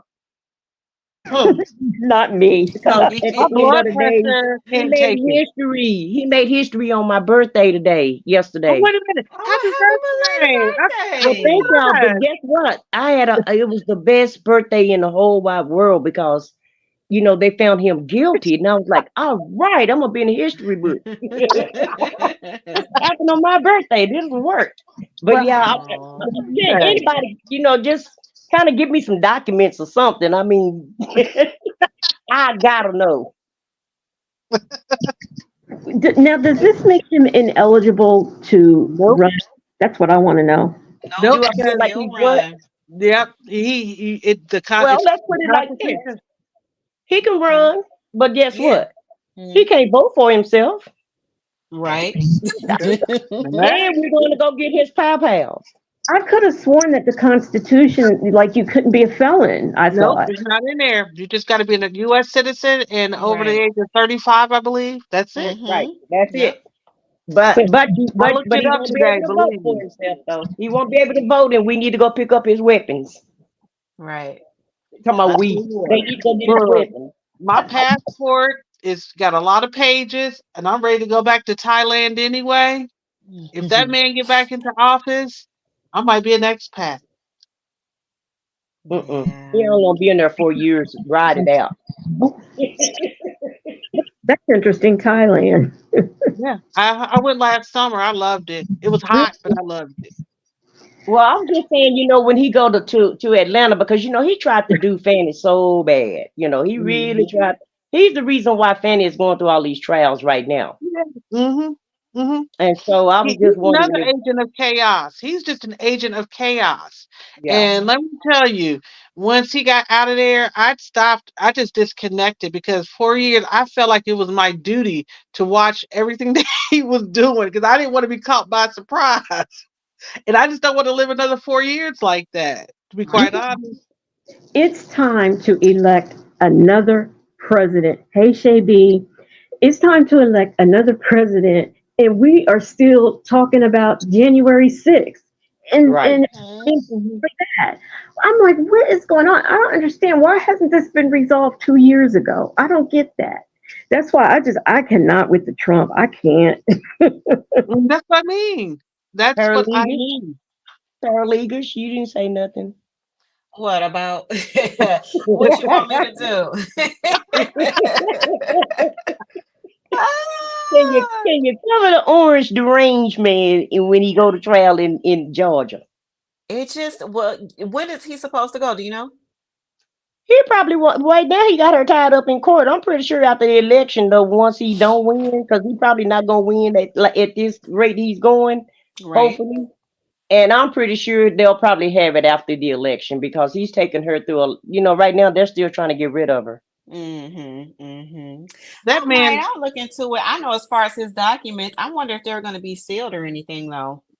Oh, okay, yeah, probably will be. I didn't. and let Yeah. me tell you, his fan base, his supporters, they are on another level. They are on Mm-hmm. another level. You I know, I, Well, they feel like they being left behind because when you've been on top for how old is the country? 200, 300 years.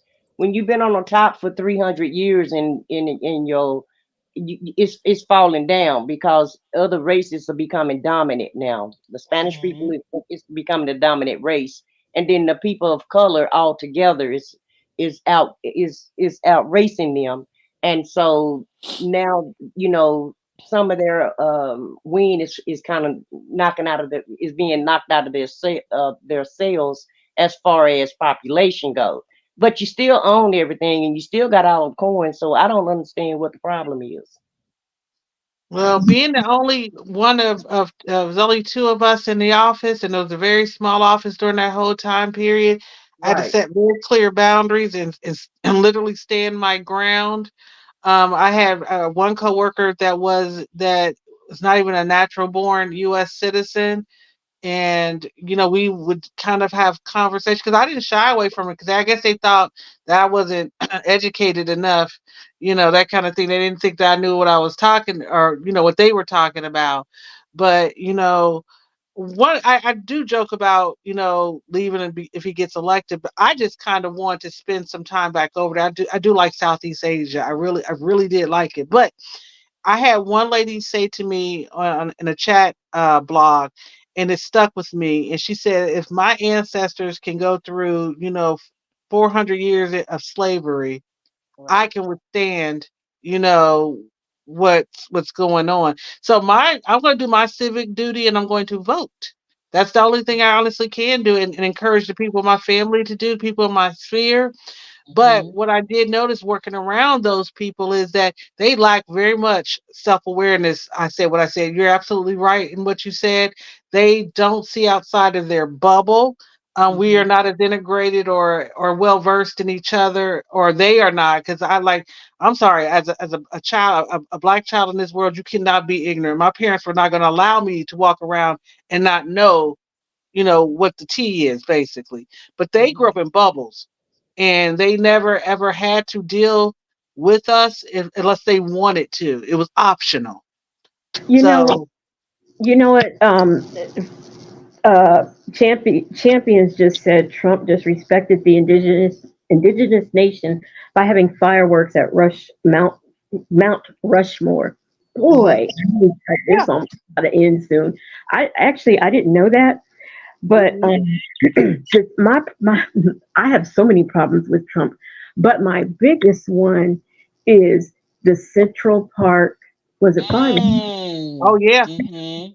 Still, those people have been like DNA proven to be innocent, and Mhm.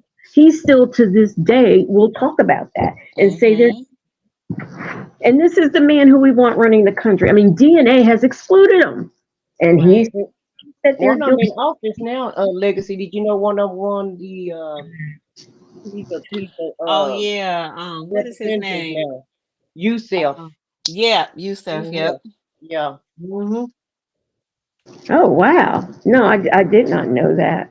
Yeah, I I didn't. want to do some content on them. I just don't know where to start. I Right. didn't.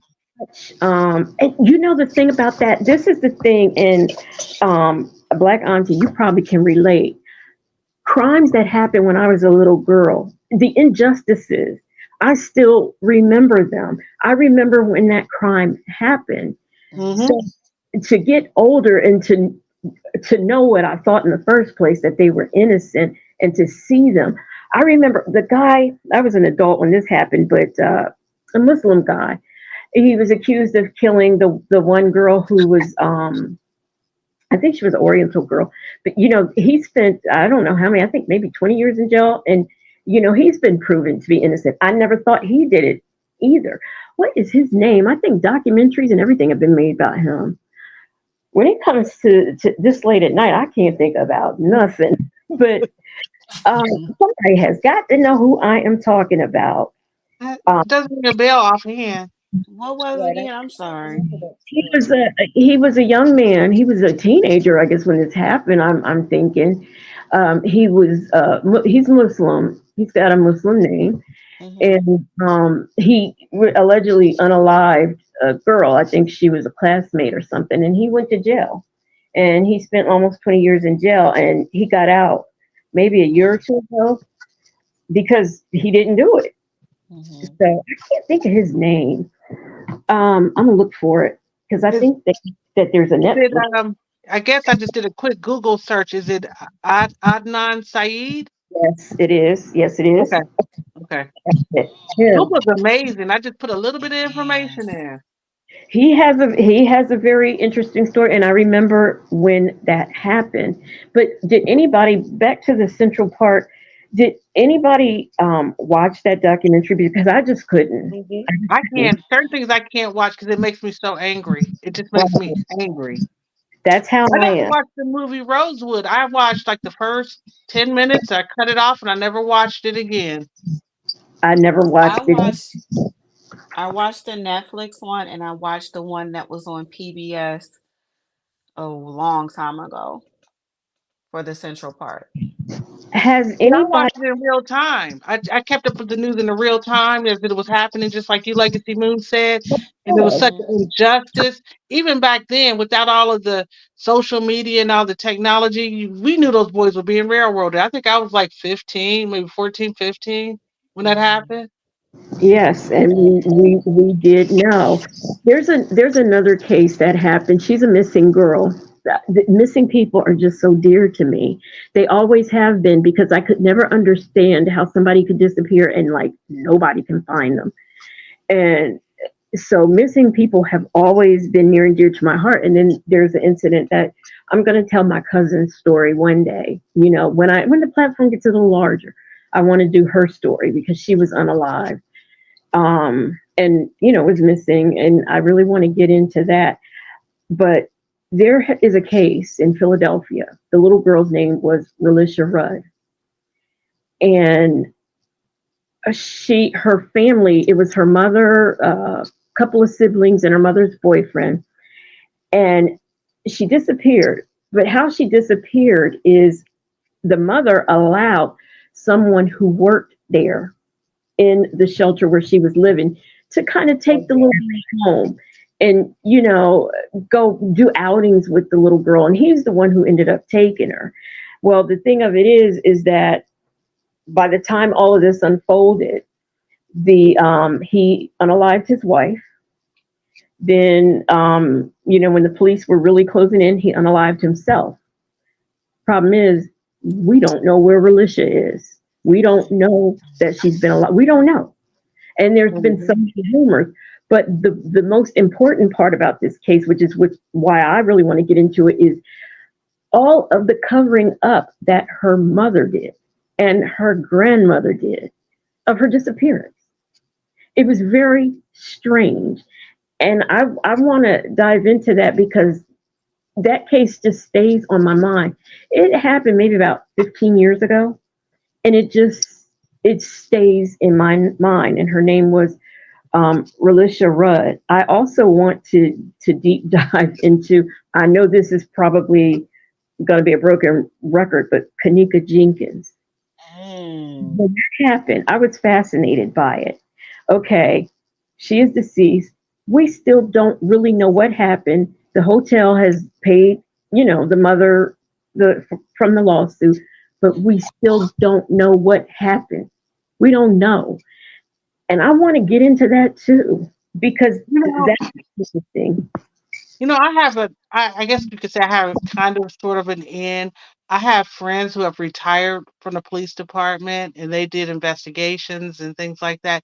And a part of me was like, you know what? I would love to I want to kind of run a channel myself, but then I was thinking about a friend of mine, like maybe I could get them sometime to come in and talk about it from an investigation standpoint, because I think a lot of times, even with Kanika Jenkins, I know a lot of people have questions, but I clearly remember thinking I'm kind of, like I said, I'm a little bit cynical and I'm a little bit practical and I could be wrong. So I'll be very interested if you did pick that up and maybe you could show me something I missed, because everybody was doing it. And, a lot of people were adding a lot of false narratives. So it kind of got overwhelming to me. But I would be very interested because I was just at the point where I was like, the most likely scenario is probably what happened. You know what I mean? Because that's one thing in police work you learn, that sometimes the most it's like what's it, Occam's razor, like the most reasonable or most likely explanation is usually the explanation. I always felt like it was a little bit muddled, at least for me. So if I can listen to you all day, Legacy Moon, if you were to break that down, maybe it would give me a different view of it. But moving forward, I was even thinking about true crime and through the lens of somebody who actually investigated homicides and things of those nature, missing uh, people and all that other stuff, because the kind of work that the investigators do to me is fascinating. Yes, yes, me too. Now, this Kanika Jenkins thing, I am going to dive into it, but it's going to be a team effort. Somebody going to help.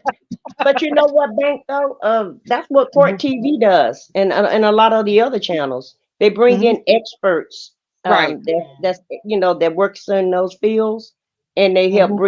they help break down the case. So I think that would be awesome if you wanted to Yeah, do something. because I had the pleasure of working with the guy. We call him Caesar.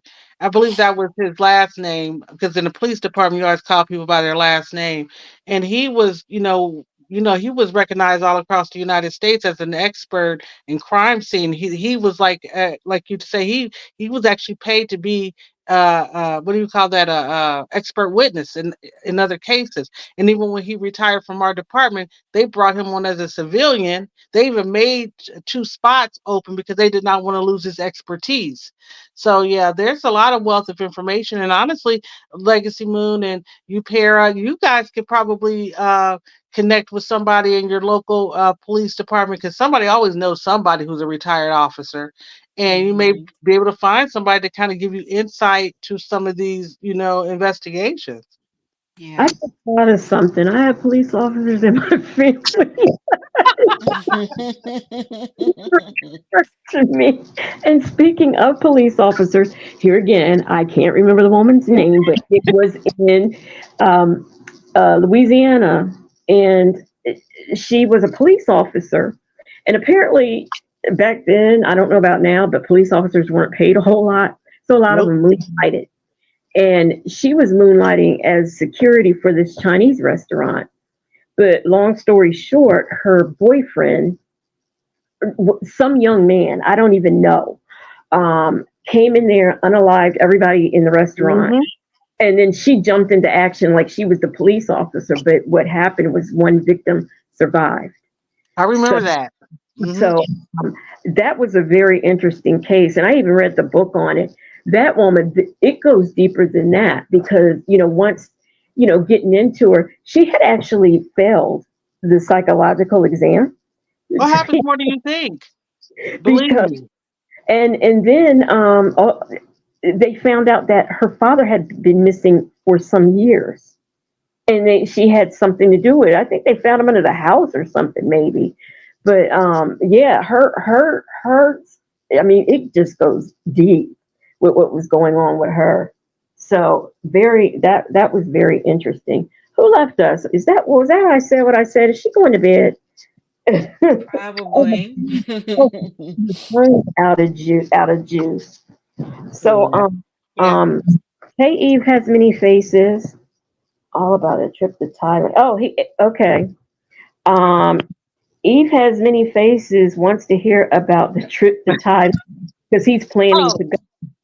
oh, Oh. I thought about honestly doing a lot because I have some video footage and some pictures I took.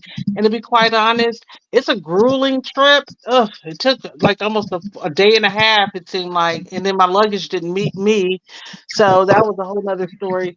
But the only thing I will say is that I wish I did more. But I know that when I go back, I will. The one thing I will say, if there was one disappointment in that trip, and I got to be honest, it was the food. I was so ready. I thought the food was just going to blow my mind, and it didn't. It didn't. Oh no. So, and that's because they're heavily influenced. Well, first of all, they always say eat where the locals eat. And it's a huge, I was in Bangkok, so there's a lot of tourists there, but they get a lot of tourists from like China, Korea, because that's where they're at. They're in the South, they're in Southeast Asia. And so their palate is different from ours. So the Chinese food that we get here is Hmm. not what they're fixing over there. So Thai people, they decided, I believe, well, where their palate is built, that they consider seasoning spice. So pepper and everything is hot. It's either sweet or hot or sweet and hot. There's very little flavors to me other than putting all that hot stuff on it. So that's where I struggled at. But the people, you hear all these stories like, oh, you go over there, the people are going to stare at you. People are going to, treat you like an oddity. No, I didn't get none of that. And I am a dark complexion. I have a dark complexion. So I was obviously a black woman. They were very polite. The technology will blow your mind. The cost of living will blow your mind. You could live if you had a decent, say, if you had a pension, and let's just say hypothetically, your pension, you were getting paid $5,500 a month. You can live in a high rise apartment with all the amenities, with doorman, like 3 swimming pools. Uh, the mall will literally be right across the street. I mean, you can live really well over there. But it's a beautiful place. People were nice. There's don't worry about the language. Everything's in English too. So I'm looking forward to going back. My sister is. I have a sister that's part Filipino, and she was Mhm. talking about like when it gets cold here, buying a house over there and going over there to Mhm. live, and then come back. When the Right. seasons change, because she said that the cost of living is like way cheaper there. And technology. I mean, literally, you can get Wi-Fi. for like 15 unlimited Wi-Fi for like $15 a month, and everything is Wi-Fi. Everything is hooked up. I mean, they have a nice train, the BTS system. The malls I went to, the Icon Siam, is gorgeous. I mean, they believe it's mall culture is a thing, and they pack it in, and a lot of it's tourism. But outside of it, see what I didn't do, and I was supposed to do, but I got tired after doing those long legs. I didn't want to fly anywhere else after flying from the United States. But there's Chiang Mai, there's Phuket, there's Pattaya. So it's almost like, to me, Bangkok is like New York City. Chiang Mai would probably be like maybe like a San Francisco, something maybe like more like a California kind of a Northern California. Then you got Phuket, which would probably be like Miami, South Beach, and Pattaya. You just get different flavors. And then you have access to like Vietnam is close by, Laos close by. Um, I'd like it honestly, the cost of living. I'll be quite honest, and also to just I don't know. I just feel like I just liked it. I don't know. I can't explain it. And they say the land of a thousand smiles, and the people they are truly friendly. Just like any other place, I think tourists is the problem. If you're gonna have a problem, it's probably gonna be with other tourists, like from other countries. But the Thai people themselves are very welcoming and very nice. Very nice. Oh, that's interesting. That is very interesting. I've only been to like when I've gone out the country, just tropical places. I've never been to. I would like to go. I wouldn't mind going to like an Asian um, place, but is there anybody who is interested in Africa? It always interests me when people decide to either move or go visit Africa, and why they made the decision. I find it very interesting what people come up with. Hi, Jason Finch. It's funny you say that because I was just watching. One of my former coworkers. He was from Ghana. His father had immigrated to the United States maybe 20 something years ago, but he would spend time here and then back in Ghana with his mother. But I was just watching this lady. In fact, let me pull up my history real quick because she's trying to. She doesn't have anything good to say and about it. But Africa, to me, I'm going to be honest with you. I used to want to go, but since I started looking into going and traveling international, there's only two places in Africa that I'm interested in the continent of going: is Zambia and maybe to Egypt. I've Ah, heard I've heard really that's good things about Zambia. that's funny because I was more or less, and that's another thing why people make the decision to go to that specific place. My interest is Guyana, and I'm torn between South Africa and Liberia. Okay. Now South Africa too. Yeah, I wouldn't mind going to visit South Africa. But with Ghana, they said the problem is that well, it's not really. I don't know if it's our problem or their problem. But they said they did that with the summer of welcoming us back or welcoming us back home. They said the biggest problem that some people who have went there as African Americans said that we don't build a community there. So they said that you'll see other like Chinese or Europeans there, but they build a community, and because they have a community, the people that are from Ghana don't really bother with them. But with African Americans, they don't really. I'm just making a blanket statement, so I could be wrong. But they're saying they don't really too much care for us because they kind of think that we're better than them, kind of an attitude. And they said that they believe that, especially as Black women, because a lot of Black women go travel solo, that that we all are the stereotypical what they see on the internet. And so it's you're always fighting that stereotype, or some of them feel like they're fighting that stereotype, and and so they were just that was just a couple of stories that I saw about Ghana. Now I also heard some good things. So, but for me, I've always wanted to go see the pyramids. I just always so Egypt has always been on my list. And so, yeah, so I don't know. I just honestly Africa, not so much, but I wouldn't be opposed either if I was going with a group. I don't want to go solo. If you had asked me in the 80s, I would have said Egypt. But now I'm kind of not interested in Egypt anymore. I want to go to Morocco too, only because my niece went and it really looked nice. But I think that I find it interesting the different reasons why people decide to go back, especially when you find the videos on YouTube of the people who have gone and are now ready to come home because of something.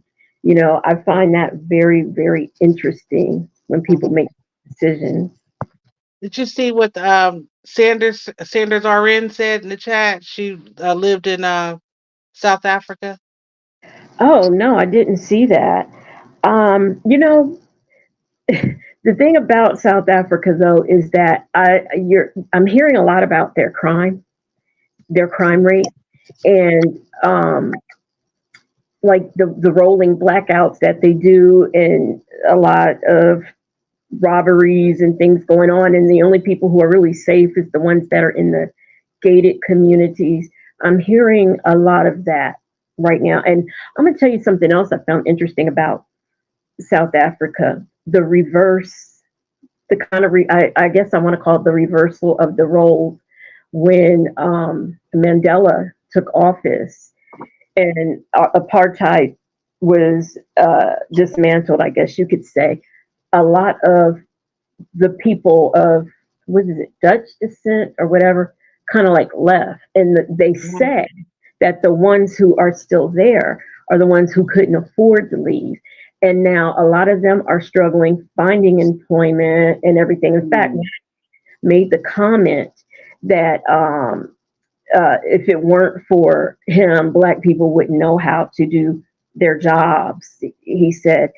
And I find all of that very interesting. And also, right now, the government is going through some issues. The party that's in control now, going through some issues. So, but I hear it's a beautiful place. Other than that, I mean, I hear it's really beautiful. Now I have an uncle that in the military, when he was in the army, he was stationed in Germany and he decided to stay. He's been in Germany most of my life. So he's come well over 40 years, and he came back about 10, oh gosh, about 8 years ago when my aunt passed away. And that was the first time he was back in the States since my grandmother had passed. But he sat down roots in Germany. And I've always said, why have I never planned a trip to go over there and see him? He's in Mannheim, Germany. And now, ironically enough, the coworker I was talking about, he that we kind of get into it a little bit. Well, we got into it, but we really were really good friends. I actually really enjoyed working with him. He was from Serbia, and a couple of people that I've seen online have been like to Hungary, Serbia, some of those what do you want to call them? Eastern Europe. We used to call them the Eastern Bloc countries, and they've had good experience over there. They really liked it there. They said they didn't really have any issues. I said what I said, is interested into whether or not Africa protects their visitors and foreigners. That's very, very interesting. Um, yeah, that's very interesting Well, I question will to. tell you, the American passport holds a lot of weight, even in African countries, because a lot of people too, because I did a lot of research just in general after I got this travel bug and like where I was going to go first, and Thailand ended up being the place. But they said that that passport is golden. They said when you go to Africa, like they were saying, I think maybe it was Egypt, that they were saying that they'll have like one lady said, I guess some of her friends were from the continent, from other parts of Africa, and how they weren't really treated well. But as soon as they saw her U.S. passport, she got like the golden treatment, like the 5-star treatment. So that passport is golden. Having been a U.S. citizen, because we have embassies, we have power. Now, us, black folks here at home are like, they ain't coming for us. They ain't gonna come and get us. But it does hold weight in a lot of foreign countries, our passport. Now, maybe Sanders RN can speak to that because they were over in Africa. Has anybody heard of the stories? Because I was thinking about doing this, of the Black women who keep mysteriously passing away in Gambia. Oh, I didn't hear that one. No, I didn't Yeah, hear that one. yeah, I think the number is five. But the thing of it is, I think it's just kind of a coincidence, and this is what I wanted to explore. I think it's more of a coincidence than some type of uh, like really serious crime going on, because there were two of them that they actually can say they were unalived by this person or that person. The rest of them, the other three, they died naturally. But people are finding it a coincidence that these people are passing, these women are passing away. So that's something that I was interested in exploring.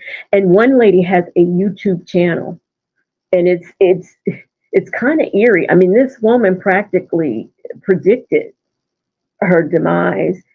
Wow. Um, that's the best word I could use. And it's just very interesting how it's happening. And I don't know if there have been any more lately, but it seems to be going on. So nobody's ever heard. Oh, I thought that like a lot of people knew about that. Yes, Miss Sanders in Gambia. Hmm. Wow, but now what I am seeing is a lot of black women in particular headed down to South America. And I'm sorry, I'm still in my Scarface era. I'm like, Colombia, I don't know about Medellin and all these places in Central, or Central America, but they seem to love it because they like the proximity to the United States. Honestly, I never would want to give up my U.S. citizenship. When I say I'm moving to Thailand, I just want, like you just said, it would be nice to just be able to go over maybe for part of the time, or just travel, more to get outside, because it is nice to kind of get out of the U.S. U.S. bubble. And I think traveling is a good way. But to be quite honest, there's a lot of places here in the United States I've never been, and one of them is New Orleans. Believe it or not, and that's on my hit list this year. I would like to go there. My only problem with me going there is I I don't know if you're going to get what I mean, but I'm just afraid I will pick up too many, I guess, signals or something. I'm an Okay, open, yeah, yeah, yeah, and I just don't know how that would work for me, because I'm highly sensitive, yeah. and I don't know how, and that's the only fear I have about going there. But I really would love to go there. Now, CDE says Black women are being targeted, married, stalked, and all their belongings taken. I'm Oh, assuming you're talking about Gambia, and that is true to the two victims that were unalive that they can attribute to an actual person doing it. The other three were natural causes. So, yeah, it does. But the two that were unalive, they really were. It was a target. They were targeted, and with getting with men, and yeah, unaliving them and then taking the belongings. Yes, that did happen with the two. now there's also my sister. Kind of, I was over at her house and she was watching a video. It's kind of big, I guess, on TikTok more than YouTube. But there's this thing now where Africans, people from the continent, are saying that they're no longer sending money back home, and they say that even when they go back home after living in the States or Europe for a while, that they are being scammed by not just their strangers, or people, associates that know that they were out of the country, they making American or euros, but their own family. And it's becoming an issue. They're saying, this whole tradition of sending money home, and you still got bills to pay in the United States or Europe, and it's not cheap to live in either places, but yet they're expected to send their money back. And then they said when they go back, they have their own family members like scamming them, saying, "Oh, we need X amount of dollars for something," and come to find out that they don't even need that much money and things like that. So, and I'm not trying to pick on the continent of Africa, because I believe just like every place, there's good and the bad. And sometimes if you go looking for the bad, that's what you'll find. I believe you should always try to find the good in whatever you do. but it's just interesting to hear all these stories because unfortunately sometimes I get a little ruffled because I always hear about this, African exceptionalism, like, like we are, the forgotten children that were, sent over here in shackles, and some of them kind of look down on us. But I'm like, but you come here for a better life. The opportunities you get here, you can't even get in your home country, and yet I am the problem. So I will admit that part of my issue with going back to Africa is some of the rhetoric that I hear from people who do come over from the continent and what they think about us as African Americans, not really knowing our story, knowing our struggle, knowing that, there's some, that we live in a system that has a tradition of oppression. And that's something that I grew up. I mean, no child should have to know that, but you do as a child, as a Black child, at least of my generation, Gen X. I was well aware that, my skin color could, be an issue, and how it's an issue, and have to navigate that world and code switch and all that other stuff. So that's why, like I said, it was refreshing kind of going to Asia, where they don't care because they consider everybody to be foreigner. Whether if you're not Thai, that's one thing about Asia. If you're not Thai, you're not Korean, you're not Chinese. They don't care if you are white or Mexican, or they don't care. You're not Thai. You're not Korean. You're not, so it's equal opportunity. You are not from here. But yeah, so I don't know. Eve, Um, Eve has many faces. He says some of these deaths are motives by money. In Guyana recently, a man killed his African American girlfriend and two of her kids, wounding the other two because he wanted money. And of course that is true. And I am going to look into that actually. so where So do you? So where do you said in Africa you were targeting where part, which country? I was thinking about South Africa, Guyana, and Gambia. Gambia. It's Okay. but and Liberia. I didn't mention Gambia, but Liberia. Yeah, Liberia. Okay. 'Cause I Yeah. forgot about that. Was one of my favorite songs by Michael Jackson, Liberian Girl. Yeah. Yeah. And I tell you, I enjoyed this. It is getting Mhm. late. Yes. Before we go, since we are in Africa right now, I did I did a story about a little girl. I think it's still my highest video.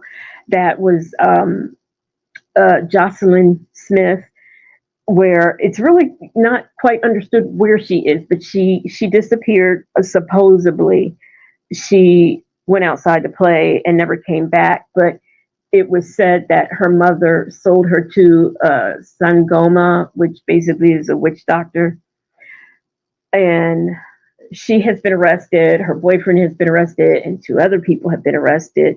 There was a sixth person who had been arrested, but they were since let go. But I did a story on her case, and I've really tried to keep up with it because it was very interesting. But to me, that was so heartbreaking that that happened, that her mother was involved. And one of the things that they said when they went to court, they said, "Oh, she's pregnant." Well, I thought that was just another internet rumor. I just saw her on the news the other day, and she, lo and behold, is pregnant. And meanwhile, Hmm. we still don't really know what happened to this little girl. Her name is Jocelyn Smith, beautiful little girl over in South Africa. Oh And wow. something else that I did not realize, I thought with apartheid, like the color casting, I guess they don't necessarily cast anymore, but they still refer to people as black and Mhm.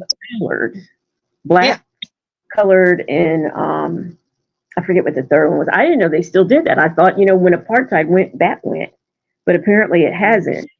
Yeah. And the Jocelyn, she's colored, and she has very stunning. She has these pretty green eyes. Her hair is kind of like that, that kind of like that sandy blondish type of hair that we sometimes have. And light. She was light skinned, and that actually is someone who looks like her, and someone who is a spiritualist that practices black magic. Someone who looks like her is very interesting. Speaking because of, go ahead. no, I didn't mean to cut you off. Go ahead. Also, and in the lines of saying that, there are a lot of African countries, Tanzania to be one of them. I think they're West African countries, but Tanzania, where people who have albinoism, their lives are literally in danger Wow. because people who are into the dark arts want either their whole body or a body part. There are a lot of children who are missing limbs and stuff like that. My sister has been telling me I should keep doing a story on that. And I was like, I don't think people would be interested in that, but it is very interesting how that Well, has done. you know what? It's as soon as I don't know why I dropped the ball because sometimes, well, all the time I'm ADD. I have to put sticky notes up or make notes, just like you. All these different stories kind of run together. But since we're talking about South Africa, there there's a story of a lady whose husband, she come to find out that he married another woman. She's in South Africa. He married a woman in another country in Africa while they were still married. And it kind of reminded me of like the Nesto Shirley South African version. And I meant to, I'm glad you reminded me because I think I may go ahead and dig that one up and maybe put something up about that. But it's funny how you're reaching out to the diaspora and picking out these stories and because it's the nation. To me, it's first of all, women and children are the most vulnerable creatures on this planet, and I was very disturbed. I was just scrolling through Twitter one day, and sometimes Twitter will hit you with stuff that you wasn't even trying to see. But they were talking about in this very rural part of India where the culture is that they dress these little boys up as little girls, and I'm just gonna leave it there. And it's like sometimes when I'm doing these or I'm thinking about true crime, I kind of sit back and I say, "This is very dark energy." So I know you're really into that. So sometimes I struggle with that, like all the negative energy and how to. I guess I have to find a equilibrium and kind of put it in perspective of it's called awareness. Somebody has to testify. Somebody has to speak truth to power. So you doing a story like that, I would do it too, like your sister said, because where is the voice? I mean, you do have a platform, and if you may need to bring awareness. Like I said, sometimes I step back. That's one of the reasons I stepped away from policing because it was just a lot of.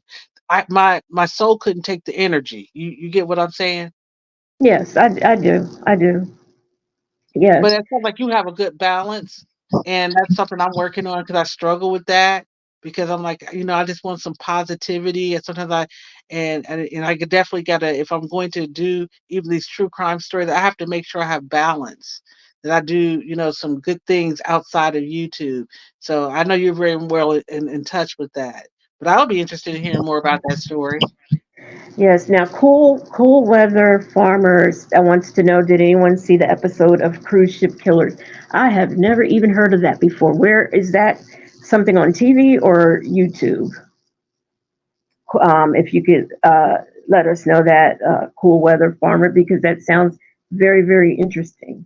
I am going to do, I know some people have asked me to cover like killer couples and stuff, and I'm gonna do that. In fact, I've been working on that because I have ADHD. I have like 50 million different things. I have a notebook and 50 million different things written in it. So, there are a lot of things that I want to get into. But before we go,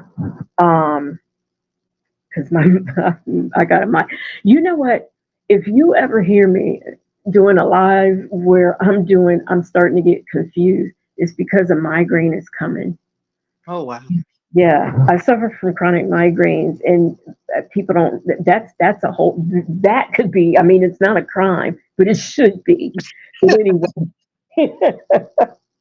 so I can tell you some interesting things about that. But before I close off, I do have one.